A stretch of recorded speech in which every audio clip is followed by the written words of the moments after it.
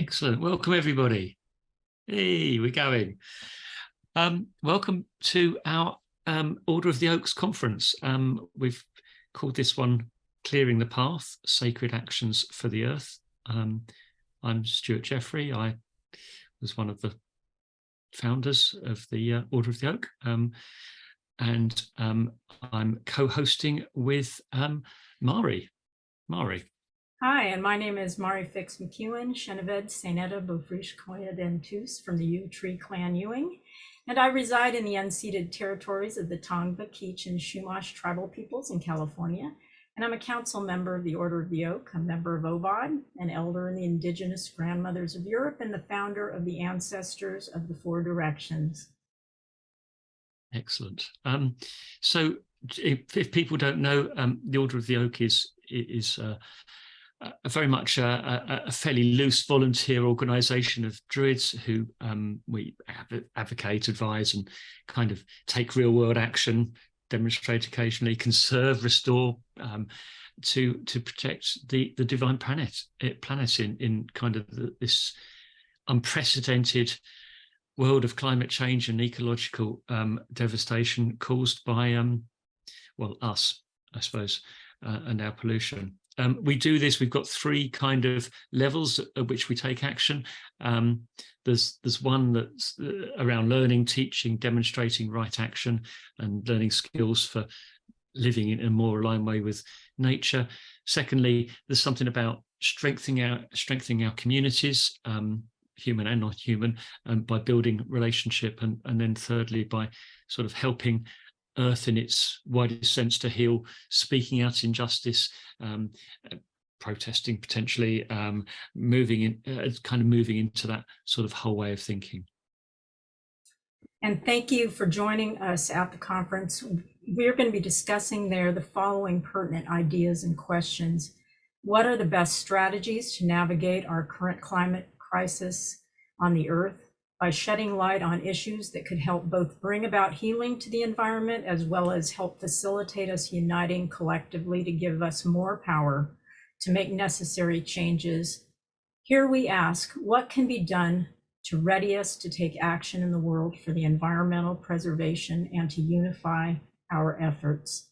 What work needs to be done and what realizations need to be made to actually clear the path to accomplish setting the environment and relationships into balance before we can move confidently down the path? Do any safeguards need to be put into place? How can we get into the same page and have consensus between us? How can we make sure that our decisions are wise and not erroneously driven?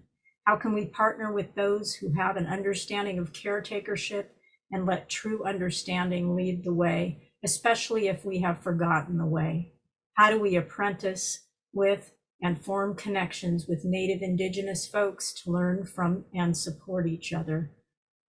Together, we can create a new way, a way that is in alignment with the natural world and the truth of our inner being.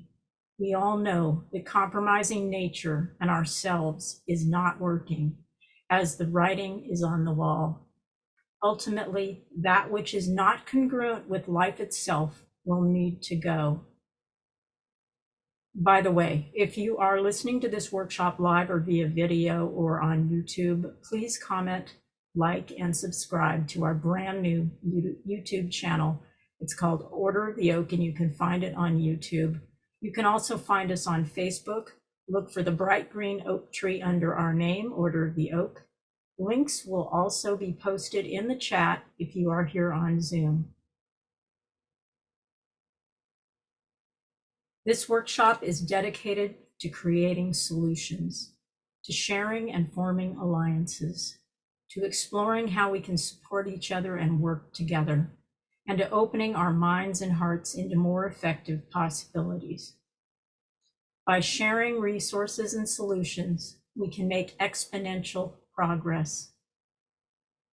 As a note, this conference will have space for participants to share your questions after our presenters speak.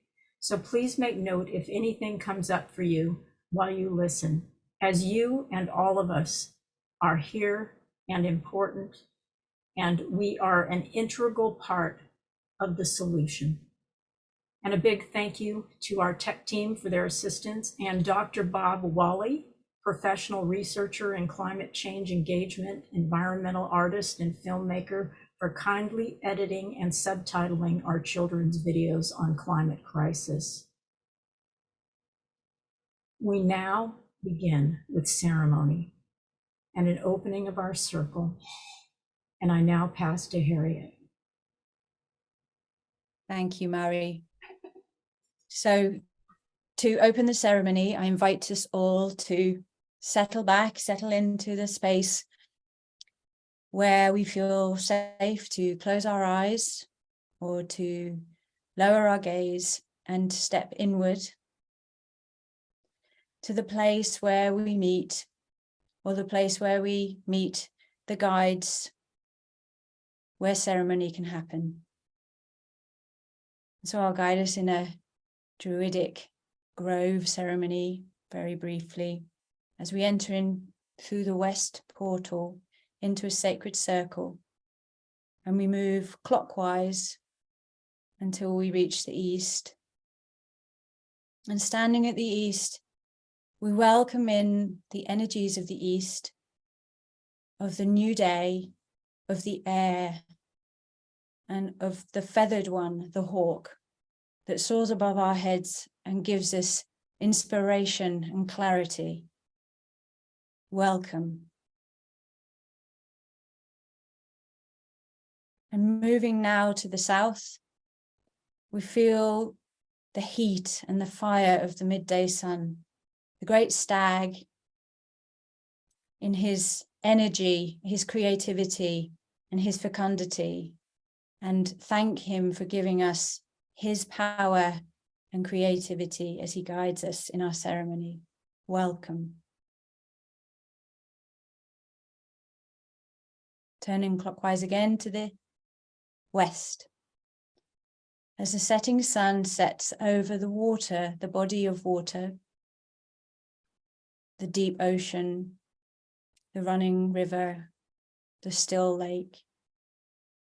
Notice the depth of the water that has unknown mysteries and ancestral wisdom, and the salmon that play in there and that find their way back to their sacred space. Welcome. To the north, we turn to the darkness, where the great bear in the starry firmament overhead twinkles, and also she falls asleep in her den in the dark, dark, welcoming earth. Welcome to them. And we turn again to the east and say, may there be peace in the east. May there be peace in the south. May there be peace in the west. May there be peace in the north. And turning to face the center, we ask that there may be peace throughout the whole world. And I invite you all to share with me 3 Awens and allow that sound to really resonate in your body, in your chest.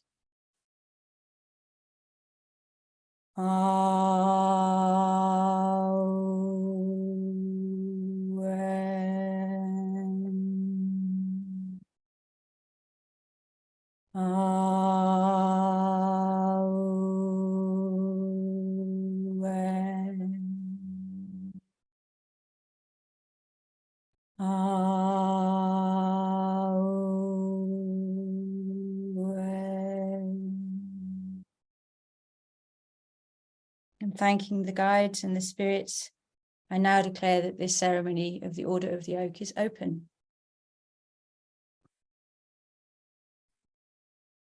Excellent. Thank you, Harriet. That was beautiful. Okay. So let's make a start then with our first presenter, Dr. Linda Sever. Is a documentary filmmaker, member of the Druid Network and OBOD, director of Heathen Women United, I can't pronounce the next word, something practitioner. I'm going to be told off for that. And teacher, environmental activist, and anti-fracker. She's here to present the children's voices on the climate crisis. Linda, tell us about your project and bring the voices into the space. It's Sever. It's Northern European shamanic practices is the word. Sever. Well, I feel a bit of a cheat at the moment because I'm not actually presenting my own work or work that I've yet participated in. I will be participating next year. But it's the very beginning of the project at the moment. So greetings to everyone from a very, very wet north of England, where I live, as does Harriet and Gillian. It's been raining solidly for 3 days here. The temperature is 16 degrees, which is around about 60, unlike last year when it was very, very dry and probably in the 80s or round about then. So our climate is really, although we need the rain, our climate's really been affected here. So I am a university lecturer. I work at a university in the north of England called the University of Central Lancashire, and where I teach filmmaking. But the project I am going to be talking about is one that some of my colleagues are involved in, and something that myself and my students will be becoming involved in next year. So the project is called Stories Across the Globe, Children and the Climate Crisis. And it started with my colleagues who are Bob Wallace, who's already been mentioned, Bob Wally, Candy Satchwell and Jacqueline Doddy, who set out to speak to, first of all, children within the area where the university is based, which is Preston in Lancashire, to speak to some young people there about the climate crisis, and at the same time making links with other island communities, as of course Britain is an island, with other island communities across the world, starting with the South Pacific, with some islands, initially Fiji, and then since they've made connections with some of the small islands in Asia around Pakistan. And they started by just asking questions about what does nature mean to you, what does the climate mean to you, just to get to know the children and the children's voices. And they produced a small video of children in Fiji and then children in the north of England and what they like to eat and do they have water and questions like this. And that's a small video which I'm not going to show today. And then the next stage, over the last few weeks, Bob Wally has been working with some of the island communities around Britain. So we have the Isle of Man and the Isle of Wight. And the video that I'm going to show is from a place called the Scilly Isles, which is in the far south of the UK. And it's just the children's responses to what they think the climate crisis is and what's happening to them. And I'm sure you'll agree that when you watch it, you will be as moved as I was when I first saw this video. I was both moved and it made me cry in places and smile in others. Well, there's a point where children say, we don't want to have to leave our island because we might have to live in the UK and it's really boring there. So they're saying things like this, which might be true. So I'm going to show the video. It's just over 5 minutes long. So if you let me share the screen, and I will do this. I can't share screen. Okay.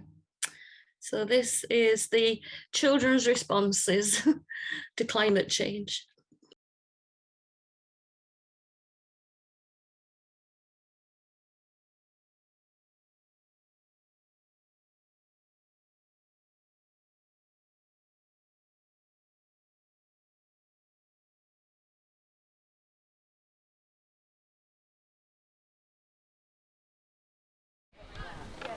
On the Scillies, or where we live, the sea is rising a lot.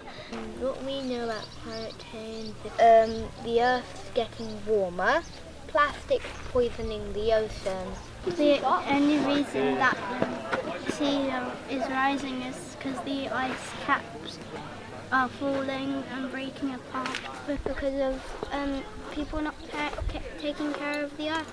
And if we don't, loads of not just animals but like people as well, they're going to be homeless. Apparently in the next 80 years the sea level will rise 15 meters. So pretty much our whole like Q-town, which is on our island, will be completely flooded. And the people only on the high ground would live, and they'd probably have to evacuate anyway because they would have to make more shops and more things. So they wouldn't. But they wouldn't have enough space to do that, so they'd probably evacuate, and then we wouldn't live here, and then we would live on the UK, the mainland, which is absolutely boring. They would also affect your islands, and tons of islands, and maybe some like main countries it would affect. Once I was shown a video of the ice, and there was tons of cracks in the ice, and there was a polar bear on this tiny piece of ice, and it was just very upsetting to see all those animals who have done nothing wrong, yet they have to try and move somewhere else. All this climate change makes me feel quite sad, because the planet has loads of potential, but we're just ruining it. We're killing sea animals. It is a bit scary to think that one day it might flood, because when I'm older and if I have children, I love to take them here. It makes lots of us feel upset. The Earth doesn't. If the Earth was a big person, she would not deserve it. If the Earth was a person, she would be crying always. I just don't want to move house. I don't want to like leave the island. People have to help me because I have a bit of anxiety about things. So yeah, we have anxiety about like sometimes like Worrying too much. Yeah, we worry. I overthink everything, and it always comes to me in the middle of the night. So I feel like in the middle of the night it's just gonna flood. And If we just keep on using our plants, then we're not going to have as much fresh air as we used to. Or if you want to climb the trees, or Maybe you want to be in fresh air, or you want to live, you need the trees. Then we should actually take charge of what we're doing to our planet, because we are very lucky to have this planet. And if we don't take control now, we're going to be flooded, and loads of people are going to be homeless and begging for your money. You can hear this plane right now. It's burning loads of fossil fuels on power, which is really bad for the environment. So can you be a one to use boats more often instead of planes? And if you can't get somewhere by boat, it is okay to take a plane.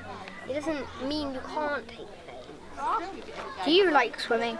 Do you like where you live? Then don't litter and it'll be a better place. Keep planting trees, and if there's water defences happening, don't go to that beach and just enjoy another beach on your island. It's really nice, and it doesn't interrupt the progress that's happening to keep your island safe. And if there is no water defences happening, maybe you can cast your vote to people and say, maybe we should start making sea defences. Most islands around the world are already being flooded completely, and you could be some people to help stop climate change from happening. And if all humans work together, then we should be able to stop climate change fully and able to live happily and be able to still live on your island. And then live where you want to live, so you enjoy life.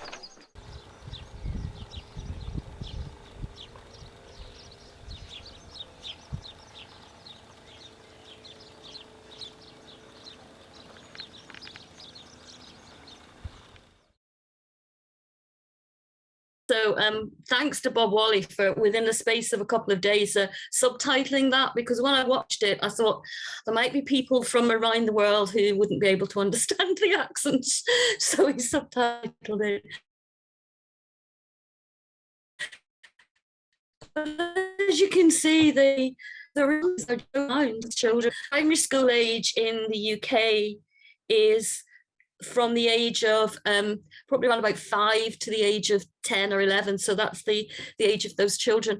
And then the next stage, which is going to be really interesting, is my students who are university students between the ages of 18 and 21 will be going in and speaking to children. So it'll be young adults speaking to young children. So it'll be interesting to see what the next level of response is.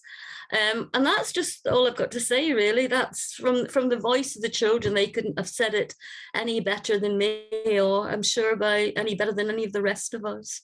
So I'll hand back to Stewart now. Thanks, Linda. I think Mari, I think you're going to introduce Mary, aren't you?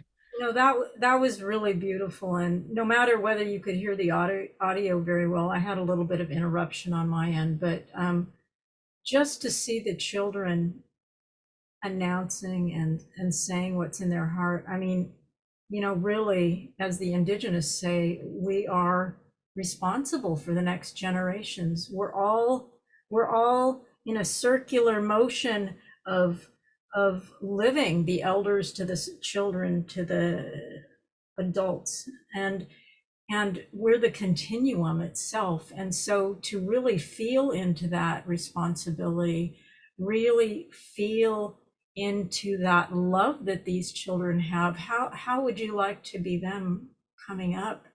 So to really be able to prepare ourselves and help them to bridge the gap and taking on their leadership. And our next presenter is Mary Sams. She's a little bit older. She's a teenager, I think. And she's an environmental podcaster and poet and youth representative. And welcome, Mary, to our summit. We're so happy to have you here. And we're honored that you bring in the voices of our teenager youth. And what would you like to share with us adults here? What is on your heart, and how do you feel about the climate crisis?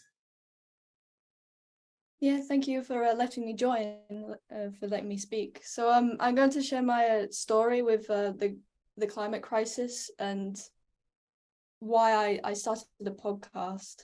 So when I was around about 10 years old, back in 2019, I had really bad climate anxiety, and it affected me in a way that, like, some of the children on the video said that they had constant worry that they're gonna have to like move house, and you know that they can't do anything like for the planet.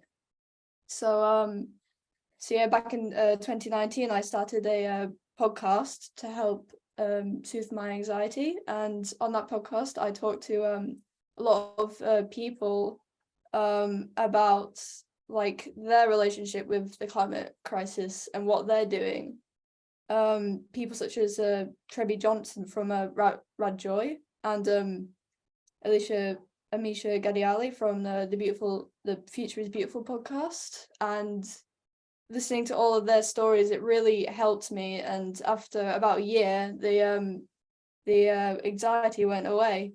So, and now, after a gap for some years, I'm now starting. I'm working with a local ecology group, and we're looking at the local swift population in our area, and we're setting up ties with sub-Saharan African schools, and we're learning about the migration of the swifts and stuff, so we can establish more connections with people and children, and helping them with if they have that anxiety, and we're helping make them feel better.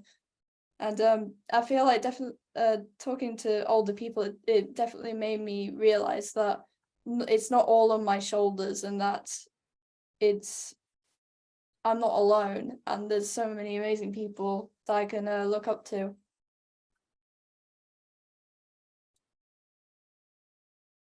Wonderful. Is there anything else you wanted to share? Or that's fabulous what you just said. I know you're a poet, and I did see a poem of yours on the internet, so you might want to go look her up there. She's just quite amazing and eloquent, and definitely following in the Druidic path. Mary, thank you. That I thought that was superb, and I really did love that connection using the Swifts and their migration route. I think that's a fantastic idea. I must say, really blown away with that. Thank you so much, Mac. You've heard the youth, and we now would love you to come forward as keeper of the children's fire to light a sacred flame for us. The floor is yours. Thank you, Stewart. To be honest, I don't consider myself to be the keeper of the children's fire, but a keeper, certainly. So way back in late 70s, early 80s, a fragment of a story was shared with me by the indigenous people who were teaching me at that time. They said a long time ago, the chiefs, women and men, sat together in council and asked the question, who are we to govern our people? Because we have come to understand that most people, when they receive a little bit of power, leaders and chiefs, after a certain amount of time, begin to make decisions and choices that serve rather more the community of chiefs than they do the people. What can we do to remind our chiefs, our leaders, of their obligations and responsibilities? And they kindled a little fire. They decided to kindle this little fire in the center of their council, and they called it the children's fire. And every chief in that council had to make the pledge of the children's fire before they took that seat. No law, no decision, no action, nothing of any kind will be permitted to go out from this council that will harm the children. And when they made this pledge, they didn't, by the way, mean just human children. They meant the young of all kind, of all life, because they understood that without the young of all kinds of life, there is no future. So I suppose in this part of our ceremony, I would like to invite us all to consider ourselves invited to join the Council of Chiefs. That irrespective of the fact that we may not feel ready, that we may doubt what it is, whatever that we have to bring. Though we may feel in many ways under-resourced in all kinds of ways. And irrespective of our age or gender or where we sit in this world, and whatever it is that we fill our days with, that our Mother Earth is inviting us to take our seat in this council. So I'm taking some matches here, and I'm lighting this candle. And I light this candle, I am lighting the children's fire of our council. And I am hoping that all of you now join me around this fire, mindful of the obligations that you have. And those obligations are not just that you are in sympathy with, or have care for, or affection, or love for the young of all kind. But you understand that unless this then stimulates you to action in some form or other, you go out and facing your fear, walk towards it. And in any way that you can, take action for the future that we long for. In that way, you occupy your seat and you can be proud. And I can be proud, and we can feel good as we link hands together. May we all be chiefs of this council circle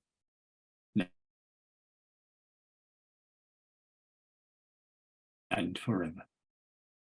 Hey.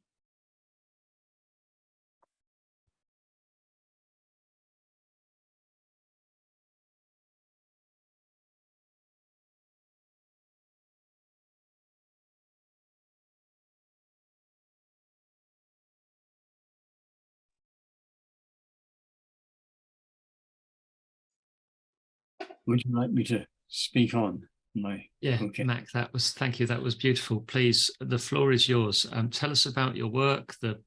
Tell us more about the Children's Fire, and the space is yours. Thank you. Well, a short while, I was learning from these people for a period of about 20 years. And, but something I wish to bring, which I think is really important now. I have deep gratitude and will all my life for those Indigenous people that took me into their care really and mentored me extremely intensively. And sometimes, well, actually most of the time, me feeling extremely challenged and not really up to the task. Nonetheless, they ignored that and they just kept on and they persevered, and I persevered. When close to the time when I suppose I was thinking then of what do I bring back to these islands where I live? One of the women spoke to me and she said, until the day comes that the people of your islands once again go to the forests, the mountains, the streams, and the sea to pray, we will always be frightened of you, for you see with dead eyes, and your madness may be all it takes to tip the scales. Mend what was broken, rekindle the children's fire. Now, they said these words to me because they had been here to Britain. They'd visited our ancient sacred sites. They'd stayed with me on the Isle of Anglesey that was once the Isle of Mona. They knew the names of our tribes. They are the first people in my life who spoke to me the names of my own British tribes, First Nations people of North America. The Koritani, the Ordovici, the Atrobates, the Trinovantes, the Silures, on and on and on, 20 of our tribes. How come, Mac? You don't know the name of a single one of your people's tribes? I suddenly felt the urge to cry because it felt it so strong, because I thought, I suppose it was almost a sense of wonder and relief, the feeling that we too were once an earth-loving people. And so it began a long journey. So I suppose I'd love to say, you know, to our Indigenous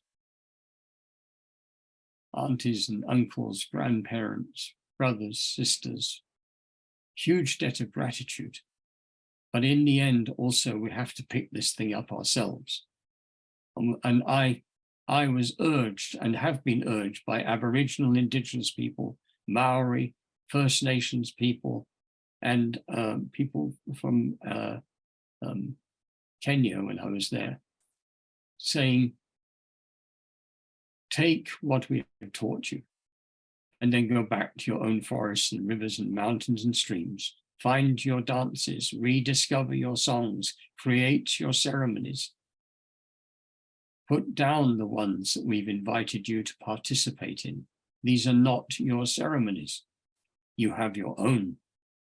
And it may feel rather frightening that it's such a blank sheet of paper, but in the end, all these were born through deep reflection, deep dreaming, deep prayer with the forests and the trees and the oceans and the streams around us. And they are longing for you to come home. So I believe there are 3 questions, because I said with the Children's Fire, to take a seat in that council is one thing and a wonderful thing. But when that council finishes, in the gap between that council and the next, what do we do? Or as I like to say to some of the people that I speak, who are you when no one is watching? Because that is most likely to be the real you. The person, not that you show when you're being listened to or you speak or anything, but when you're alone and in time when you can't be seen. So what do we do between the councils? One of the things I really truly love about what they shared with me is this idea of the twin trail. And they said, we would never trust any leader who is not walking the twin trail, the inner path of your own self-unfolding, self-becoming, self-healing, and the outer path of having effect in the world, practical, pragmatic actions in the world that make a difference. So these questions, I think, what is it that you most deeply and profoundly love, is a question I think that all of us should ask. I wish it was asked in our schools, and then still in our universities and colleges, and on all the way through our adulthood into our older age. Because my little boy, my rather ripe age of 74, I also have a 6-year-old son. And if I ask him what it is that he most deeply and profoundly loves, then I might be included in that list. Certainly chocolate would be, and a number of other things which are important to him in his life. If I ask him again when I'm 14, I'd be surprised if he answers quite the same. And then when he's 28, and then when he's 50, and then, you know what I mean? It shifts, it deepens, it broadens. It's not to say that it's not worthy and of importance at any of those ages, but it will shift.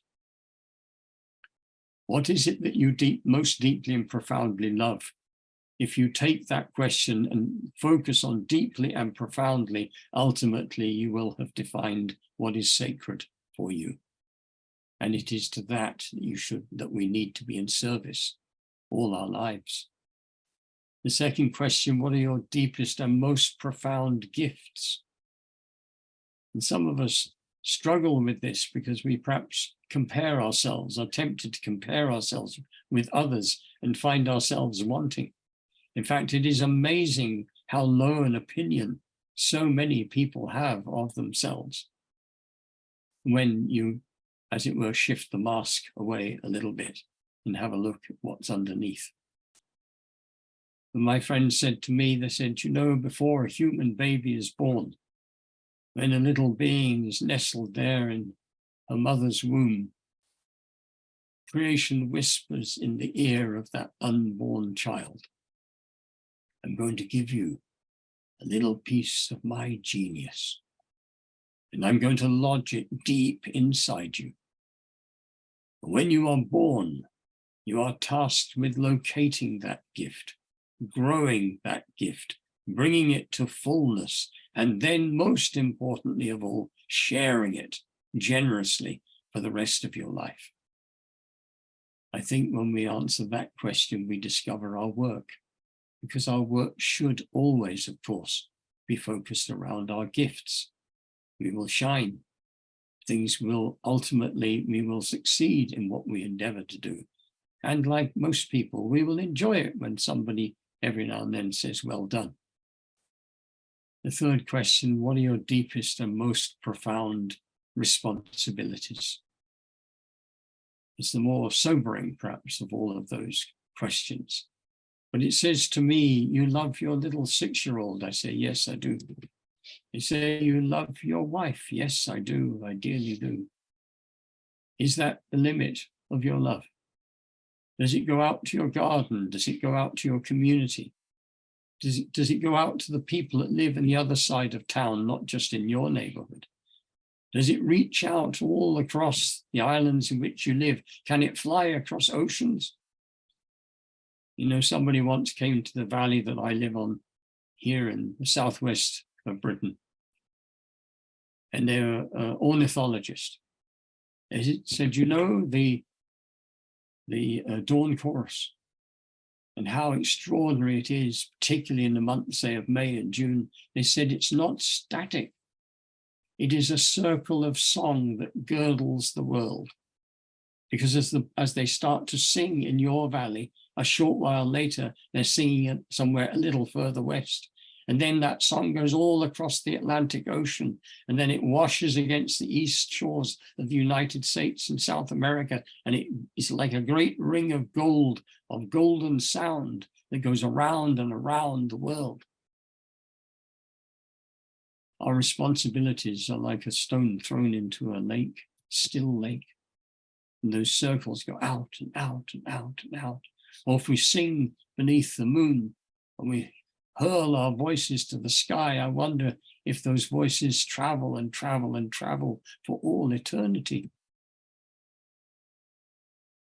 Or perhaps when we begin to look towards the horizon and understand that children of all nations and all peoples and all beings wish to live in peace and be cared for and have some kind of future, enjoy everything that I and probably we have enjoyed. When we understand that we are actually all of us children of this Mother Earth and we are called to profound action. And that doesn't have to be big. It doesn't have to be something that somebody writes books about. It doesn't have to be ever known about, but we must know it. And in that way, I think we get this beautiful, wonderful, peaceful feeling seated deep inside us that we know that we have, as the poet once said, lived while we are alive. I've long since given up on perfection. I like to focus more on wholeness. It feels more possible in my case, at least. But I do wish to reach, as it were, stretch myself, to say, let me develop myself the fullest I can with my mind and my thinking. Let me develop and enable and learn to love this body that can do so many wonderful things. Let me really feel things and deepen and stretch and find myself emotionally as well. Let me sit by that fire and feel into the spirit of all things and find myself the deepest that I can in my spiritual connection of earth, air, fire, and water, these four great powers, that I can be what creation invited me to be, which is no more and no less than any other life on this earth. When people sometimes ask me, so Mac, what are you? I say, I'm Mac. I find that quite enough. I'm kind of doing my best to be Mac. And so I'm not particularly interested in any titles I might carry, because if I can be a halfway decent human being, a good father, a good husband, if I can be a good friend, if I can be trustworthy, if I can be courageous, if I can move to that which calls me and do everything I can within this life to love, to live, and to leave it a little better than I found it, then that's something. And that, I have to say, I find quite demanding. So I'm not sure how much time, but maybe I'll begin to wind up now. When I was 15, I read these words that D.H. Lawrence said. He said, I am part of the sun, as my eye is part of me. That I am part of the earth my feet know perfectly. My blood is a part of the sea, and my breath is a part of the wind. I remember reading that when I was 15, 16, and my heart leapt with joy. And I think, to this, I'll sign my name. And I've never given up on it ever since. I'm very deeply, a lot of gratitude for being invited to speak in this circle. And I will just say once more, the twin trail, the inner path of our deep healing and becoming whole, the outer path of action in the world, according to the gifts that we have in honor of the children's fire. Thank you.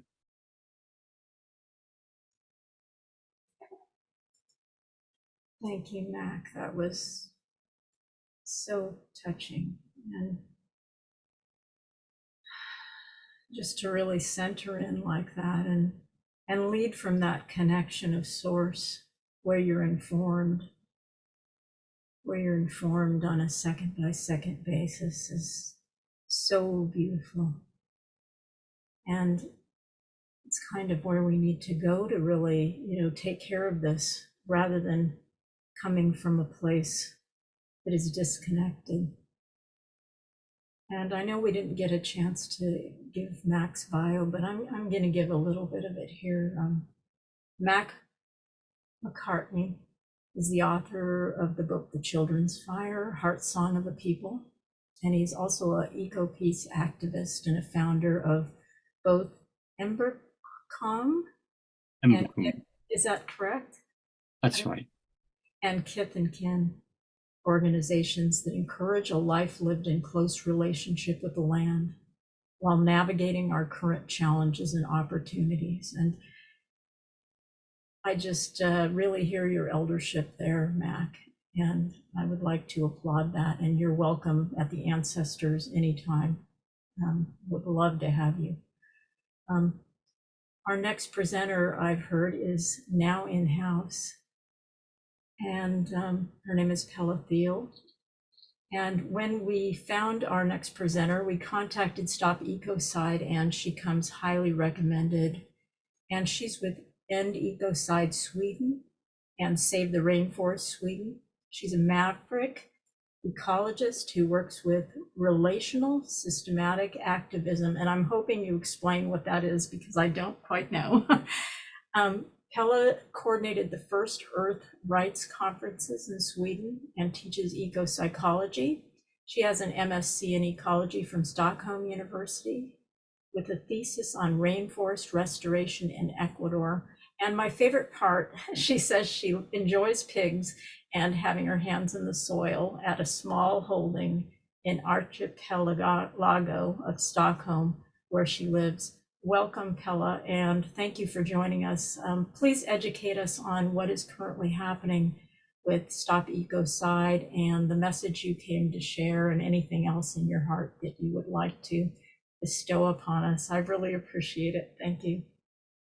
Thank you so much, Mari, for having me. And I'm really sorry to be late. I actually messed up on time and I did have my hands in the soil in my small holding at an island in the archipelago of Stockholm. And I'm so happy to be here in this wonderful space. Thank you for holding it among these elders and pioneers in this important movement that I'm happy to be a part of. And well, relational systemic activism, I think often we're all like, so when we want to clear the path for life to be what we really feel that we are part of, and that we is something that we respect also, that others are a part of, other more than human beings.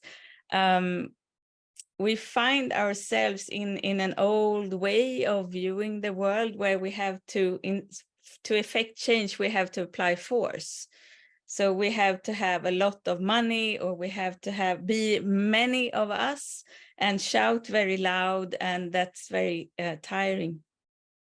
And to me, I think that change, profound change that Mac so beautifully spoke about, maybe doesn't happen in that way.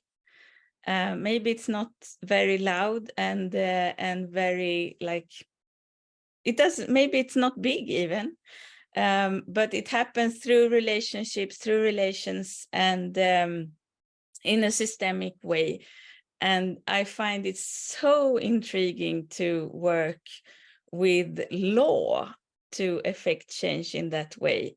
So as you said, I'm an ecologist. That's kind of my educational background.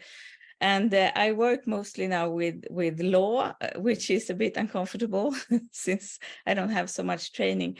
But I think law is way too important to leave to lawyers.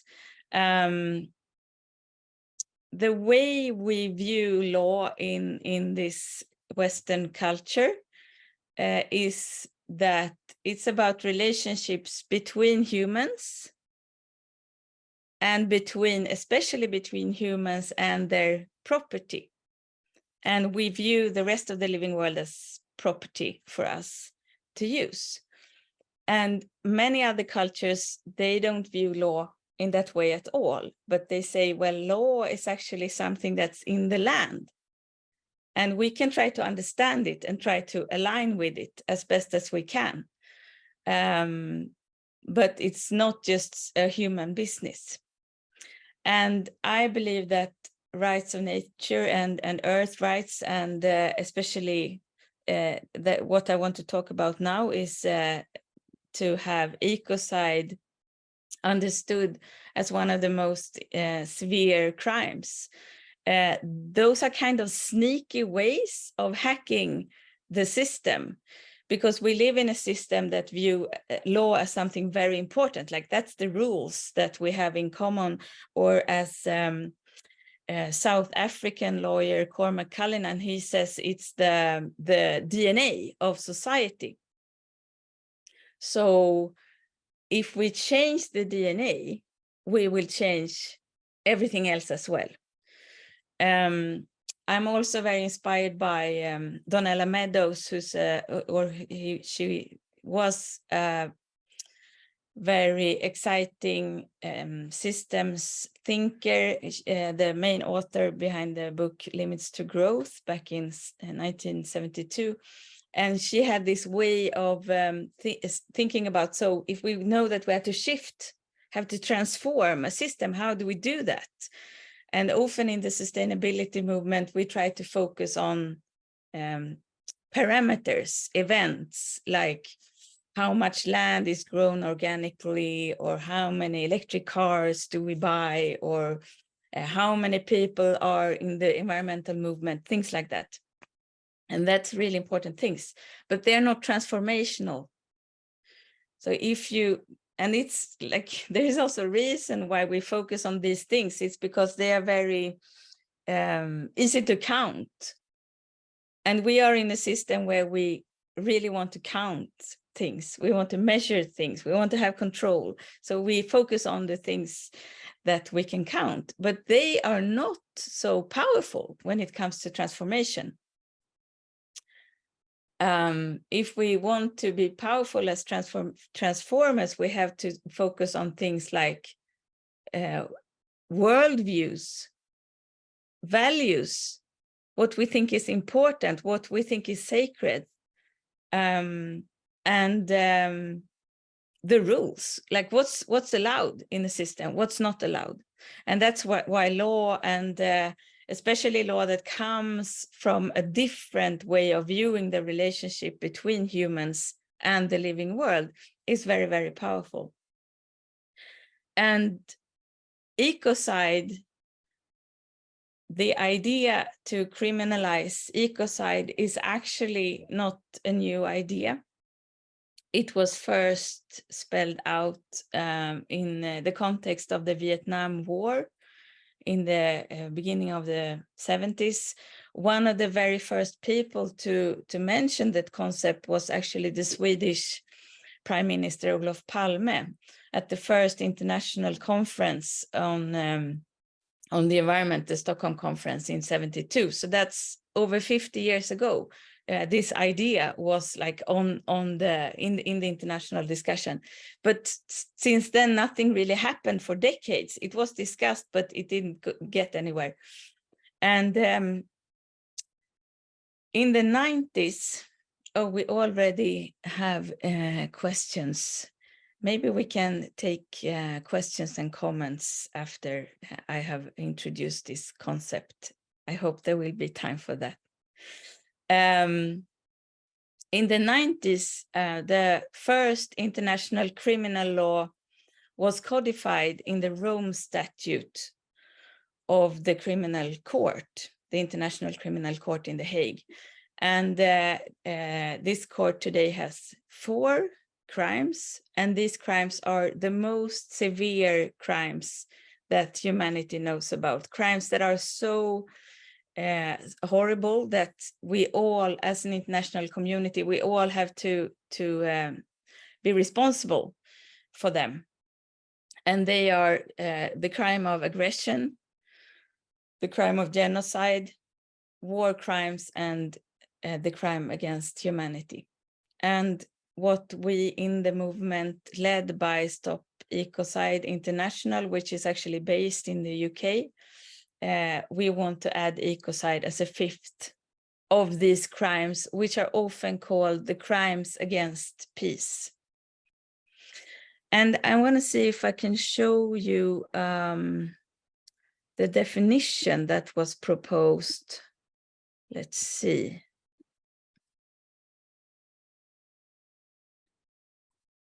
So in 2021, Stop Ecocide International convened a panel of very highly regarded international lawyers from all over the world, and they worked to propose a definition. So what, like, that's the most common question we get is like, what is it about? What is ecocide?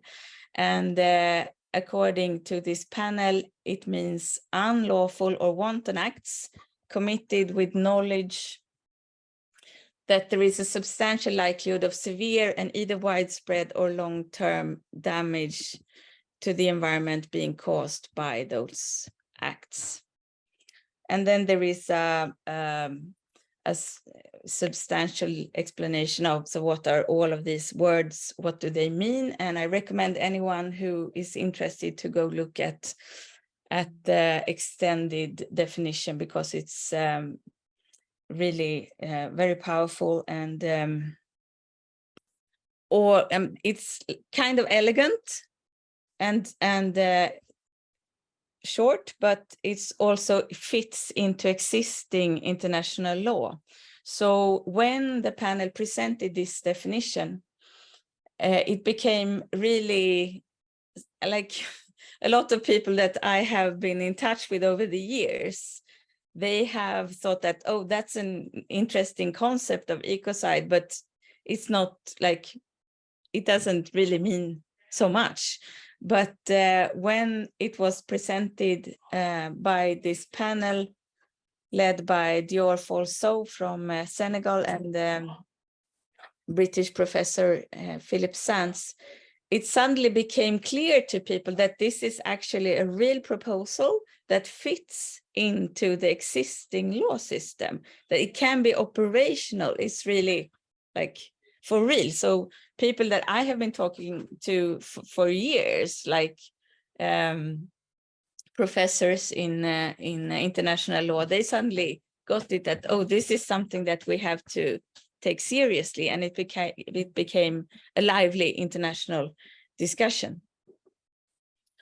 So I have been active in this movement for almost 10 years. I began working with Polly Higgins, who is really a pioneer for ecocide and developed this proposal before her sad.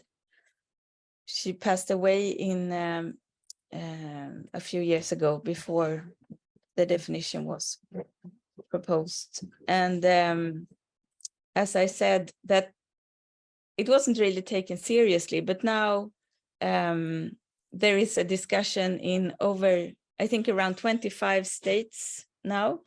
And what happened last week was that the Council of Ministers in Belgium proposed to put it in the Belgian penal code.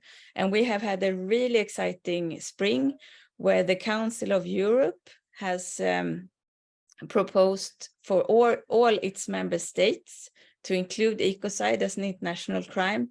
And also there is a discussion within the European Parliament. And Mac, you spoke about responsibility and to this call to profound action. And I think that's so poignant and important. To me, when I started working with this, I thought it made so much sense, but it also seemed like not really something that I would ever see happening. I mean, and it didn't matter, because we cannot have ecocide as something that is allowed, that's legal. So I kept working on it, and suddenly it's like something is just happening. So things starts moving almost by themselves. And it's like something wants this to happen. And it's very interesting to be part of this indeed. And I want to also, I would be happy to answer questions, but I want to also touch upon this, that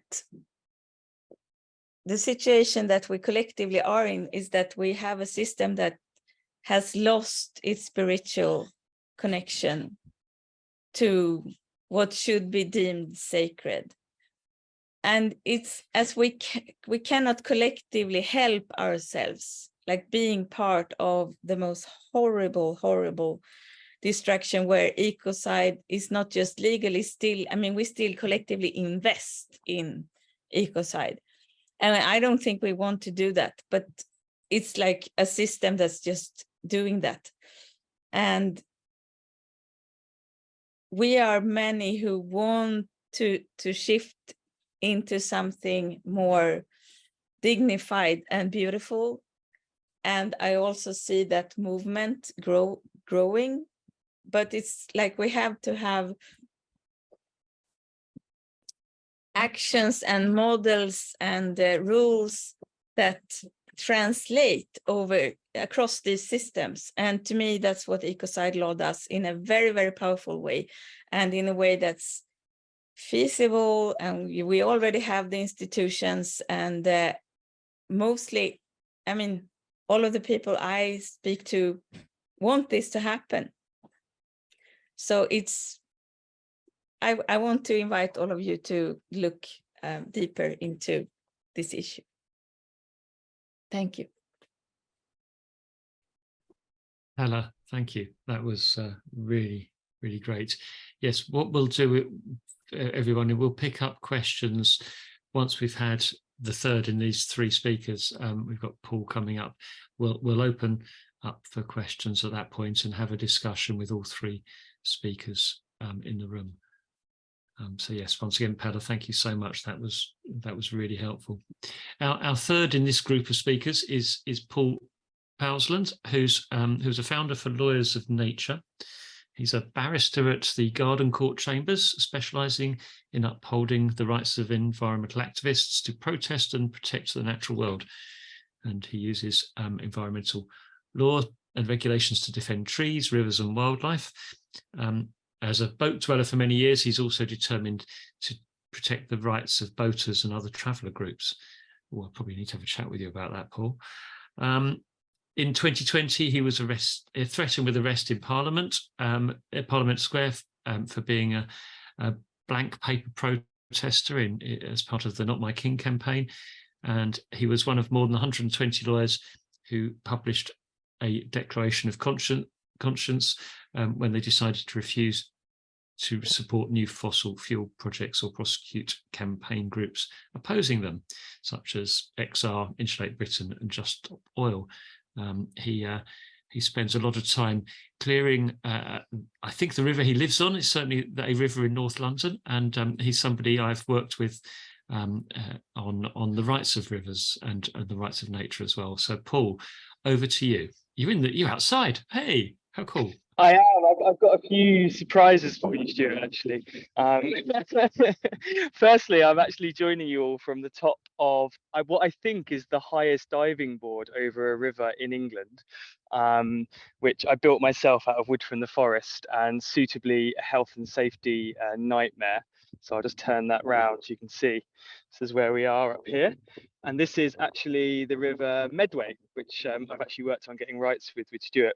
And actually, I join you up here to give a specific example about rights of nature, what it means and why we need it. So firstly, that field over there is adjoining my little bit of river here and is owned by Viscount Falmouth, who's one of the original aristocrats who had the lands from almost back to the Norman conquest.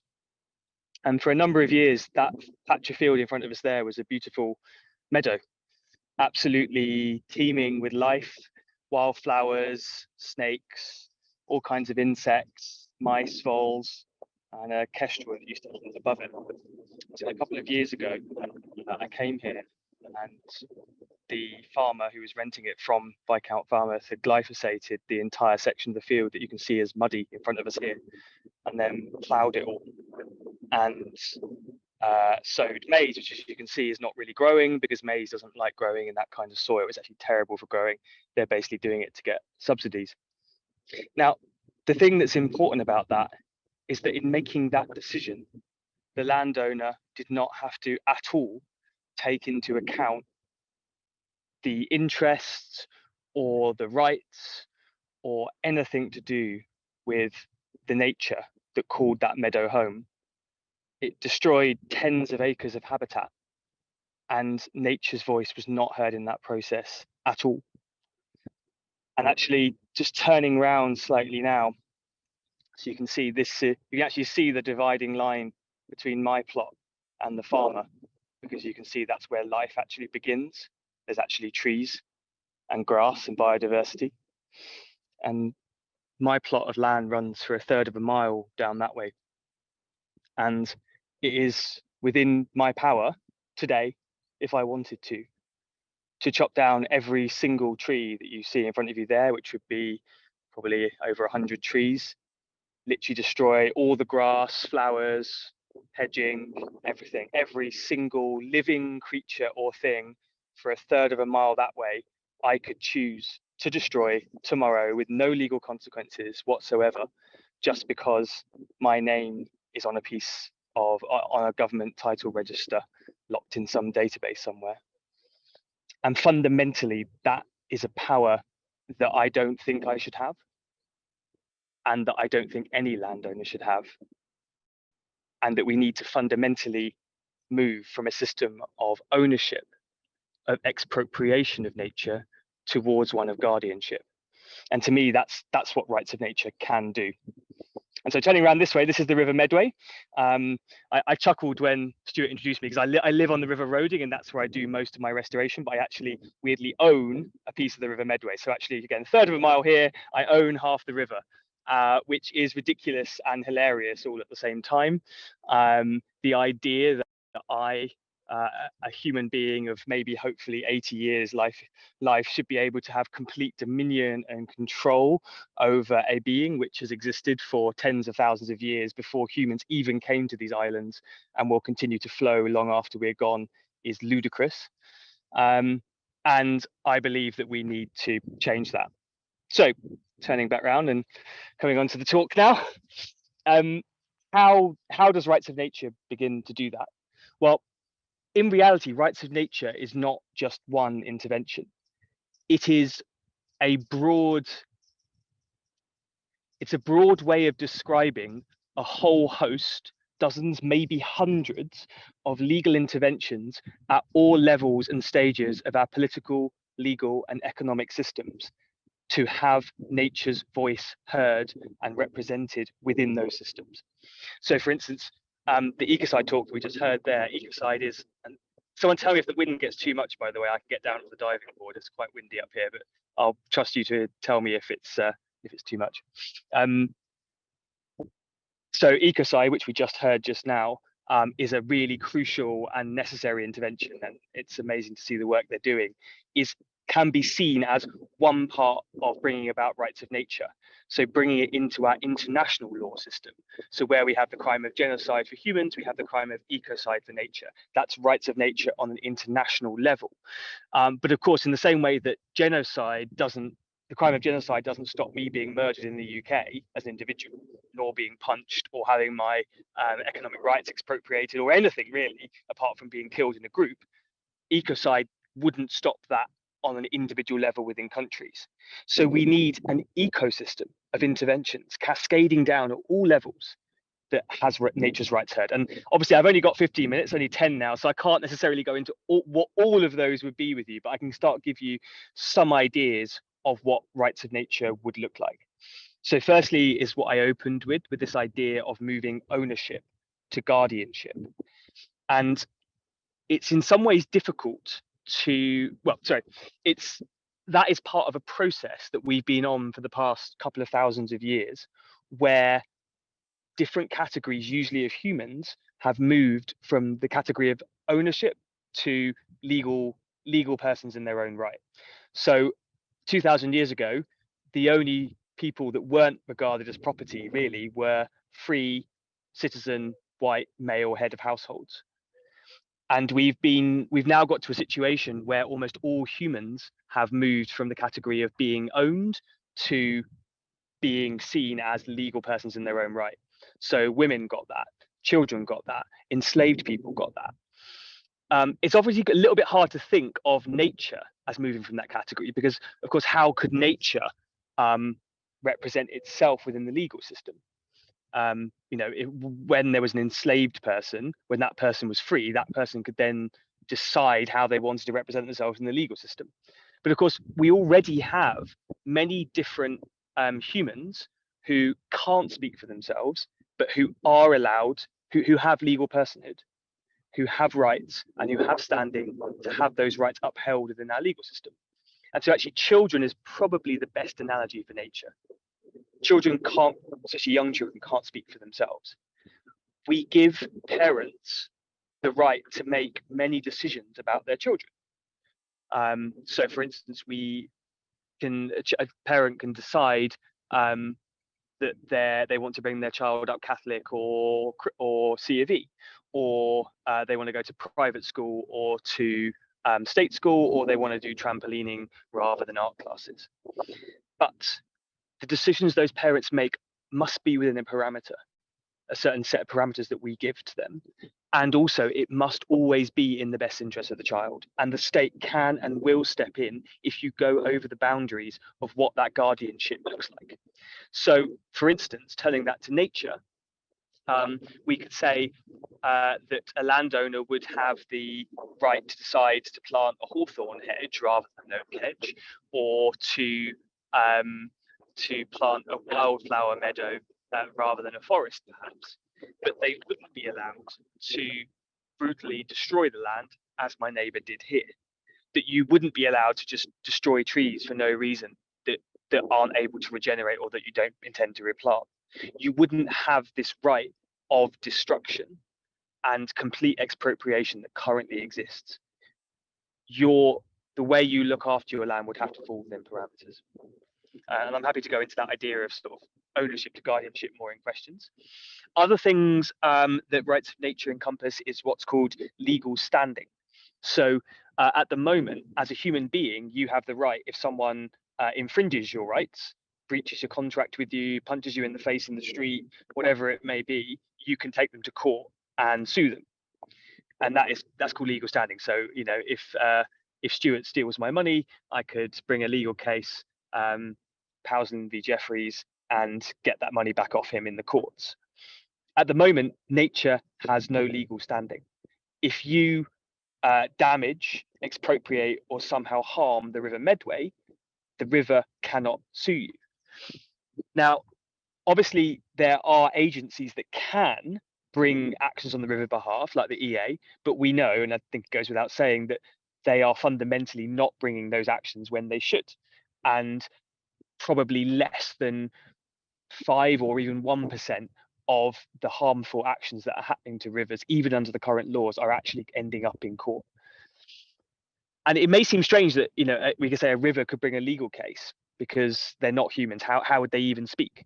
But we already grant legal standing to non-human entities in the form of companies. And what's even weirder is those companies are completely fictional. There's something we just made up. And yet we give them more legal standing than things that actually exist, like rivers. So this river here, the Medway, has flowed on its course probably for over 10,000 years, has no legal standing. Southern Water, which is a company, has only existed for, I think, around 30 years, less than my existence. And yet Southern Water, this fictional entity that's only a couple of decades old, has full rights and legal standing, but the river doesn't. In those circumstances, it is not a surprise that the company, Southern Water, is able to make money by breaking the current laws, not even talking about changing the laws, just the current laws that already exist, by ignoring, breaking with impunity the current laws to make money at the expense of the river. That is baked into the system. Of course, that is going to happen in circumstances where the company has legal standing and is able to enforce its rights and the river is not. And that's just under the current law. Moving on to the next thing about rights of nature, that's sort of all procedural things. Rights of nature would also look like actually changing the substantive laws. So at the standing point would make a difference even under the current laws, but actually we need to tighten up and give greater substantive rights to nature. So we need to actually look at the Medway and say, actually, what does this river want? What does it need? What rights should it have? I'm looking here at a giant stand of Himalayan balsam and other invasive species across the river. The water quality is terrible here. And in deciding what rights the river should have, we obviously can't have a situation where rights can never be absolute.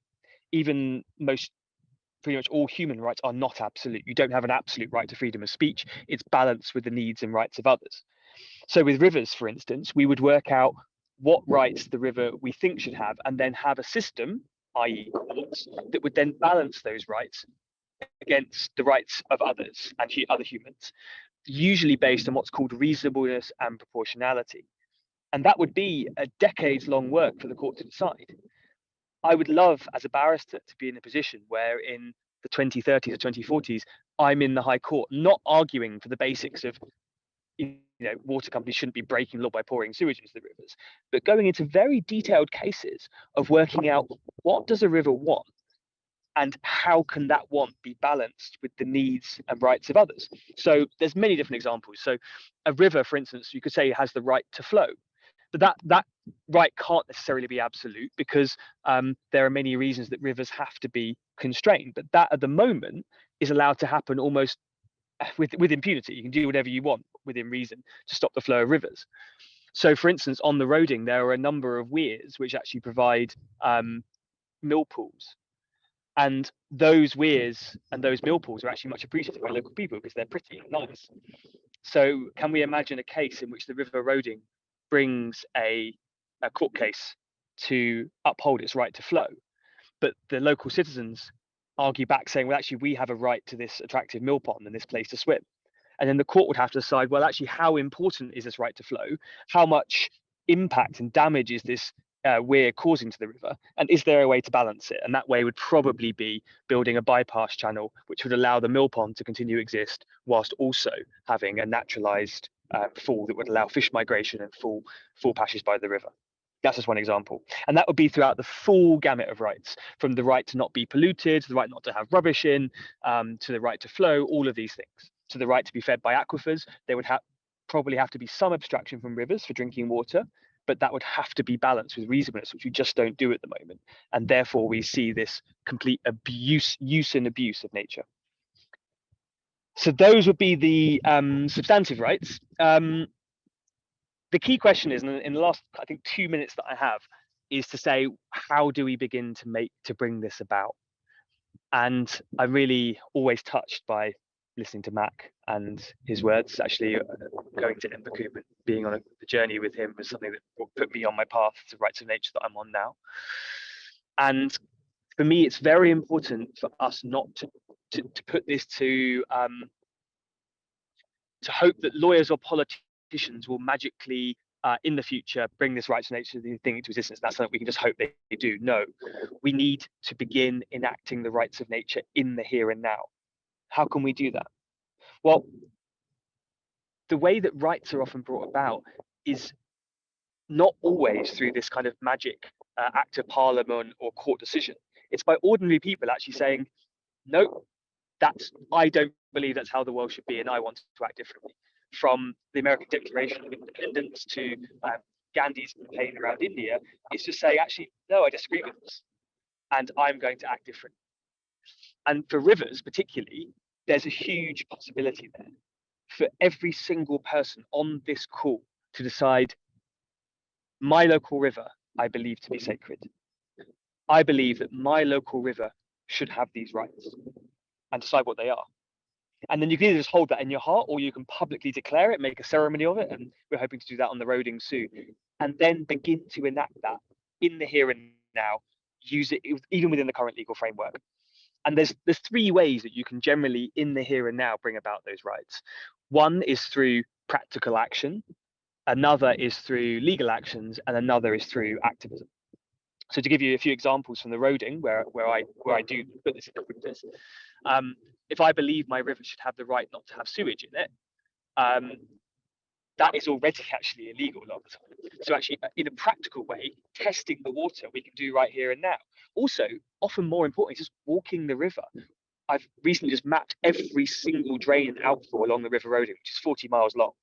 So I've walked it over the course of 2 months and mapped every single drain, so we know where they are. And I regularly walk the river along my bit. And if I see sewage coming out or some problem happening, I report it. And there's been some serious sewage bills that no one even knew were happening because the EA doesn't even monitor rivers anymore. So just by adopting a section of your river and monitoring, you can make a difference. Then legal. So actually you can bring legal challenges in the here and now. A lot of these sewage bills are illegal, and we're about to try and bring a private prosecution on behalf of the river roading for some of the sewage bills that we've discovered. And third is campaigning, is actually, even if the law is against you, you can still make, or is not being enforced, you can still campaign, whether it's on Twitter or within your network, to change that law and or to have it upheld. And it's both incredible and also utter madness. For instance, that the entire conversation around sewage and rivers in this country has been transformed by a 1980s musical star, Fergal Sharkey, who's just got up and started arguing and speaking about this. And that power lies within all of us. And that can be done for literally those three ways of doing things can be done for pretty much every single right you want your river to have, from not being polluted, not to have rubbish, to flow, everything else. And I can, if you like, give you some ideas of what those could be in questions, or speak to you another time.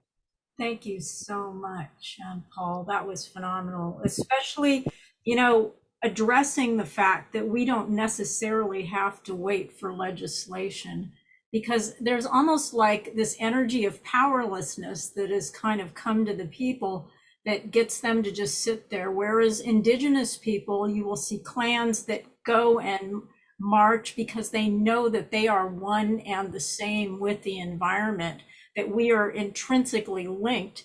And so to me, that's a very powerful thing to keep noting and to keep passing on to people, besides all the other actions that we can do. And I'm opening the chat up now for questions for Paul and Pella and Mac, of course. And if you have any questions, and if you have questions that can go between them, so they various people can answer, that would be wonderful too, so we can kind of work as a collective. That's something we really need to learn as a group of people, how to work as a collective, and then really question ourselves and the wisdom. And as we bounce things off of each other, we find that our erroneous ideas start to lose their power within us, and we start to see other points of view and how the earth needs to be seen, how taking everything into account, how to be in that right relationship. Because when you take everything into account, you start to progress into the being state, where you feel the being not being separated from everything. Do we have any questions yet? Mari, shall I open the question? I've got a question to start the discussion, if you like. Yeah, absolutely. There's one just appeared, but I'll just quickly ask my question, and it's sort of to both Paul and Mac in some respects. I proposed the rights of the rivers motion to my local council, because I'm a councillor, and one of the things they hit back with, I was brought half successful, but one of the things they hit back with was a comment that we can't do this because we're not Indigenous. This is Indigenous thinking, and Mac talked about how can we be how can we have the Indigenous thinking, and I suppose my question, therefore, to Mac, almost more than anything, is with the word Indigenous being hijacked by the far right, how can we start to create that thinking and almost reclaim the word? Yeah, thank you, Stewart. Oops. Hold on. Thank you, Stewart. I would say that question of what is it you most deeply and profoundly love will take us in that direction. I've had the privilege to be with a number of people now who were close to their deaths. They don't talk about their pension plan. They don't talk about, whatever they've done with their careers, really. They tend to talk about people they've loved. They talk about moments of exquisite tenderness, places of beauty. We have to, I think, when we answer that question, love, it will take many of us towards a place where we can join hands. Our children, flourishing nature, beautiful cities, and all of those things, plus many practical things. We've been seduced by an appalling story, which is actually fundamentally self-harming. But we won't just, of course, harm ourselves. We'll take everything down with us. So we have to begin to ask questions that we've put aside for a very, very long, long time. And I think it may be that in the terror of the world that we've created as it comes rushing towards us, the result of the way that we thought, we may become more willing to begin to.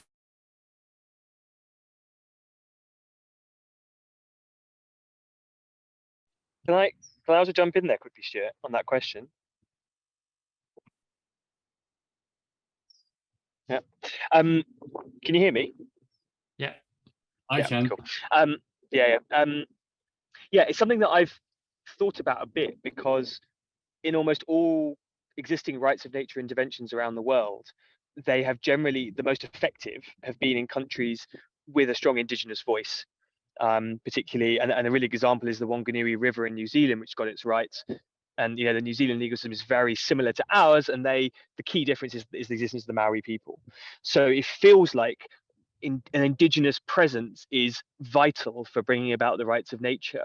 But what do we do in a country like the UK, where we don't have that, if you like, capital I indigenous presence? And for me, we need to take the word indigenous from being a noun into a verb, because if you have it as a noun, as you note, Stuart, it is generally taken by the far right, and it has very racist overtones to it. But what if we were to make indigeneity or indigenous a process, a way of being? Do you, no matter where you're from, no matter what your passport says, do you love these lands? Do you connect with them? And do you wish to protect and to restore them? And that, to me, makes you that indigenous voice, and therefore will then lead you to trying to bring about the rights of nature. Because once you begin to get to know a river or other part of nature, I believe you will very quickly come to love it. And from that love will naturally spring a deep desire to protect, and you will look for ways like rights of nature to bring about that protection. Excellent, thank you. It's really good. We've got a couple of connected questions in the chat. Mari, do dive in if you see stuff that I don't see, but there's two connected ones here. One from Steve. Paul, how do we find out where water outflow on our rivers are and where the pollution discharge could be happening? And one from Lulu, who said, how do you test the water in your local river? I'm currently an owner moving legally towards guardianship. I think they're probably directed more at you, Paul, but yeah, it slightly depends on which river you're on, because all rivers are slightly different in terms of what problems they bring. So, for instance, the River Wye has very bad problems with animal agriculture. The River Roding, where I live, has bad sewage and arable pollution. So it slightly depends on the nature of your river. I mean, the key thing I would say is to get to know it, like literally walk it. you'll see drains and outfalls, and from there you can begin to research what those are. Sometimes there'll be a culverted tributary, sometimes there'll be what's called a combined sewer overflow, sometimes there'll be a land drainage. It's hard to know in advance what they're going to be. And so, for instance, when I've mapped them on the roading, I've generally sometimes I don't know what they are, but I've mapped them and photographed them to go away and do more research later. So I'm going to find out which of them are combined sewer overflows and look out what their environmental permits are. If you're in some areas, the water companies publish lists of combined sewer overflows, or like have live data of when they're spilling. That can be very useful. But it's really important just to get a physical idea of what's happening on the ground, because at the moment, hardly anyone knows. And so I mentioned water testing, and that can be good, although to some extent on the roading, when we've tested, the results are just like, your river's fucked. It just tells you it's in real trouble. It doesn't tell you why, because it just, you don't actually know where that's coming from. And so actually a lot of the time it's like local knowledge that really matters there. So I can send everyone, if you like, I can put it in the chat, a link to this map that I've created as an idea of what you might also be able to create on your own rivers. And just having that knowledge, dividing your river up between local people and walking it and mapping everything, and then beginning to research where those things are coming from is really useful. Stewart, I'd like to make a real quick comment about Indigenous people. And as far as defining oneself as Indigenous, I took up that question with the ancestors of the Four Directions a few years ago, and it was very much a consensus that being Indigenous, if one wanted to reclaim that, it would be all about being in that right relationship, but it would be also, because a lot of people tend to, and I think Paul mentioned this, a lot of people tend to not walk their talk. There's a lot of talk, and then we do a little bit, but are you willing to completely defend everything with your life? Indigenous people do that kind of thing. So it's not a disconnect. There's no disconnect between action, speaking, and what your value system is. So as we start taking this on and start peeling this back and start understanding, what do we want to value? What do we want to really start teaching about these values? And then how do we walk them? And how do we do this together so it makes it easier, so it makes it more effective? And Sammy, you asked a question about would people be able to speak in here with their voices? We don't have time for that this time, but I think we will be making sometime in the future some maybe circles where people can come in and talk. And if that's not happening here, that can be happening in Ancestors of the Four Directions, which we're going to have a circle coming up. So thank you for that question. That's a beautiful question. We've probably got time just briefly for one further couple of questions, and there are two connected ones here. There's a question from Robert. In the US, we rely on environmental protection laws to protect various aspects of nature. What more do you think rights of nature can do more than strong laws?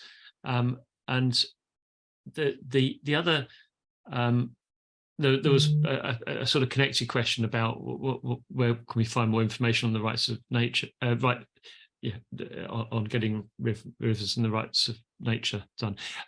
Pella, I wonder, you talked about the ecosystem of laws with sort of Ecocide at the top, and I wonder if you wanted to say a little bit more about where the rights of nature fit into that. In terms of some of the other environmental protection laws. Yeah, and connected to that question from Robert as well, maybe. I mean, we have to see that the idea that humans are separate from the rest of the living world, which is then just for our use, that's a very, very old and profound idea in the system, in the society, in our culture, in the Western culture. So poking that idea in a constructive way, which Rights of Nature is doing, is really challenging our worldview in a way that which is really needed. And Ecocide, as also Paul spoke about, is a specific piece of that puzzle on the top level of the legal system, on the like, as I mentioned, the most severe international crimes. So putting ecocide, severe destruction of nature, into the same institutional framework as, for example, genocide or crimes against humanity, that does something to the way that we collectively view nature and the destruction of the living world, which is really needed. And then, of course, also concretely, it shifts the responsibility. So being a crime, that means that an individual has to take responsibility when ecocide is being committed. So you can't hide if you're a person of, or a CEO, for example, or chairman of a big company. You can't hide behind the company, which is happening today. But some person has to be responsible. So that's really shifting the risk management of people that are currently responsible for the ecocides happening. And it's doing that on an international level. So today, almost all of the environmental laws, at least the hard laws, are on a national level. But big companies, they don't care so much about state, what's it called, state borders. They don't care about that. They move in a global economy. So we have to have governance also on that level. Yeah. Thank you. Thank you. There's a couple of questions about that I think I could link into one answer, if I may, if I haven't spoken too much already. Go on, Paul. Is that okay? Okay. Yeah. No, there's one question about should we, to what extent should we get engaged with the legal system, given that that's I've forgotten the exact wording. The legal way is the way of the corrupt system, which, as a barrister, by the way, I also I agree with. Not against that. And actually, being inside the system, I can tell you it's actually probably worse than you think a lot of the time.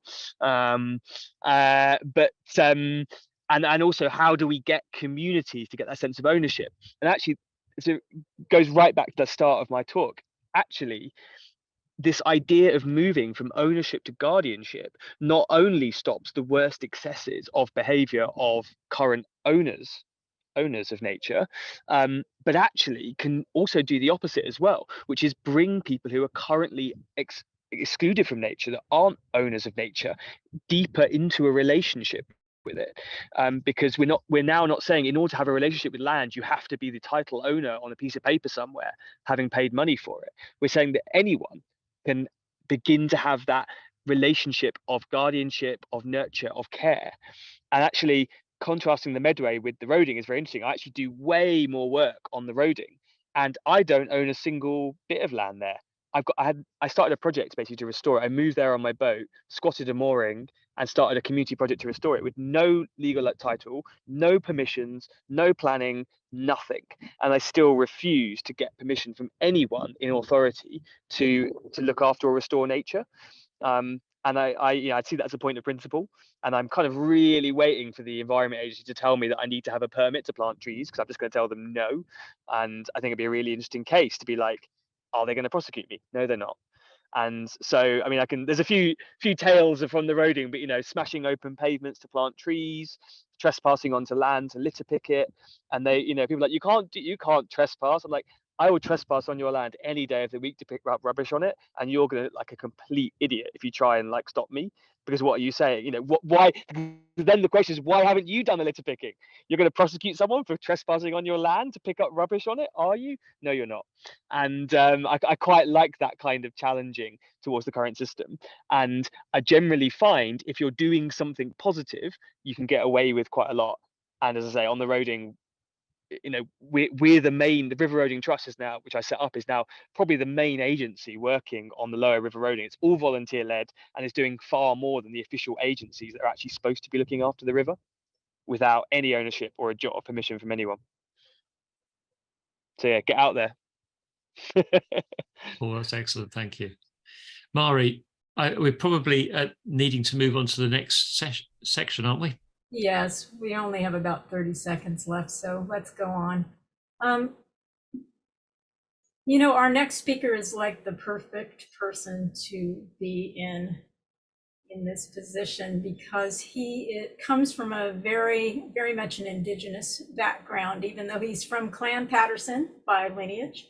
His name is Les Malbon, and he received the Provost Teaching Award for Excellence in Indigenous Ways of Being and Knowing, and completed a United Nations diploma at the University of Peace, Earth Charter Institute in Costa Rica in Sustainability and Peace Studies. He's a professor emeritus at Vancouver Island University in the Department of Kinesiology, and he is a permaculturist and a trained herbalist from both a Western and an Indigenous perspective, as well as a sun dancer and community builder. He works closely with Indigenous Native Chief Reuben George, one of the most prominent international pipeline activists in the world. Les has bridged the world of Indigenous alliances and apprenticeship and has seen firsthand the benefits of this bridging and just what it can bring us. Les, the floor is yours. I love you so much, and my hand's up to you. Well, thank you, everybody. My cup is really full today. I'd just really like to embrace this idea of unity and oneness, and I think that's the core of Indigenous understanding. What an interesting perspective today to hear people talk about this idea of indigeneity. And I'd like to address that a little bit, speak a little bit about where I'm come from, tell you how excited I am about your initiatives and your good work right down to the local level, right up into the universities. And Mari, I can't thank you enough, and all of you that have set the day to give us a lot of air under our wings. We need each other. We really need to be doing this work. And my hope is that the next time this comes together, that there will be hundreds of people that are wanting to come, because the people are awakening, the people are listening. We need hope. I'm so grateful for those children today. It's really filled my heart. The children's voices. Thank you, Mac, for opening the fire. One of the things around indigeneity that I've really began to fully understand is that we're all Indigenous from somewhere. My background is English, Irish, Scottish, and Scandinavian. And my family has lived in Canada now for 5 generations, back into the 1890s. And they came to a country where it was wide open, where even the law stated that Indigenous people were not people, since we're speaking about law. And this country became one of, if not the most prime country in the world for resource extraction, and it still is. And we're fighting that. But the good fight is happening, and in alliance with our Indigenous relatives. When that ceremony was started, you spoke of things that are really primal to hear. There's no difference between the teachings, between that order of the oak and what Indigenous is happening here. What's happened in this country, we're awakening to that. I'm listening, was so grateful today to hear you speaking about earth and air and water and fire from a British perspective. That opened my heart. It makes me feel hopeful for all people of the world.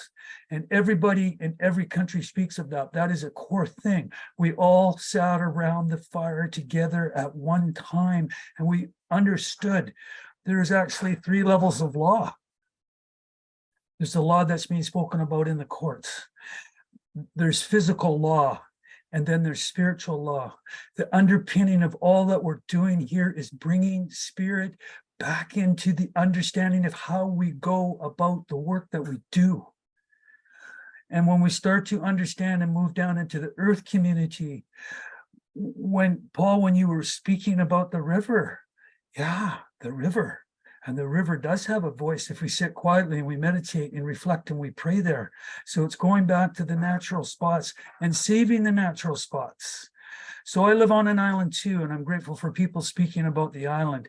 Here, this is ground zero, one of the ground zero places in the world for timber extraction. because it's the second biggest trees in the world, and we fight that continuously here.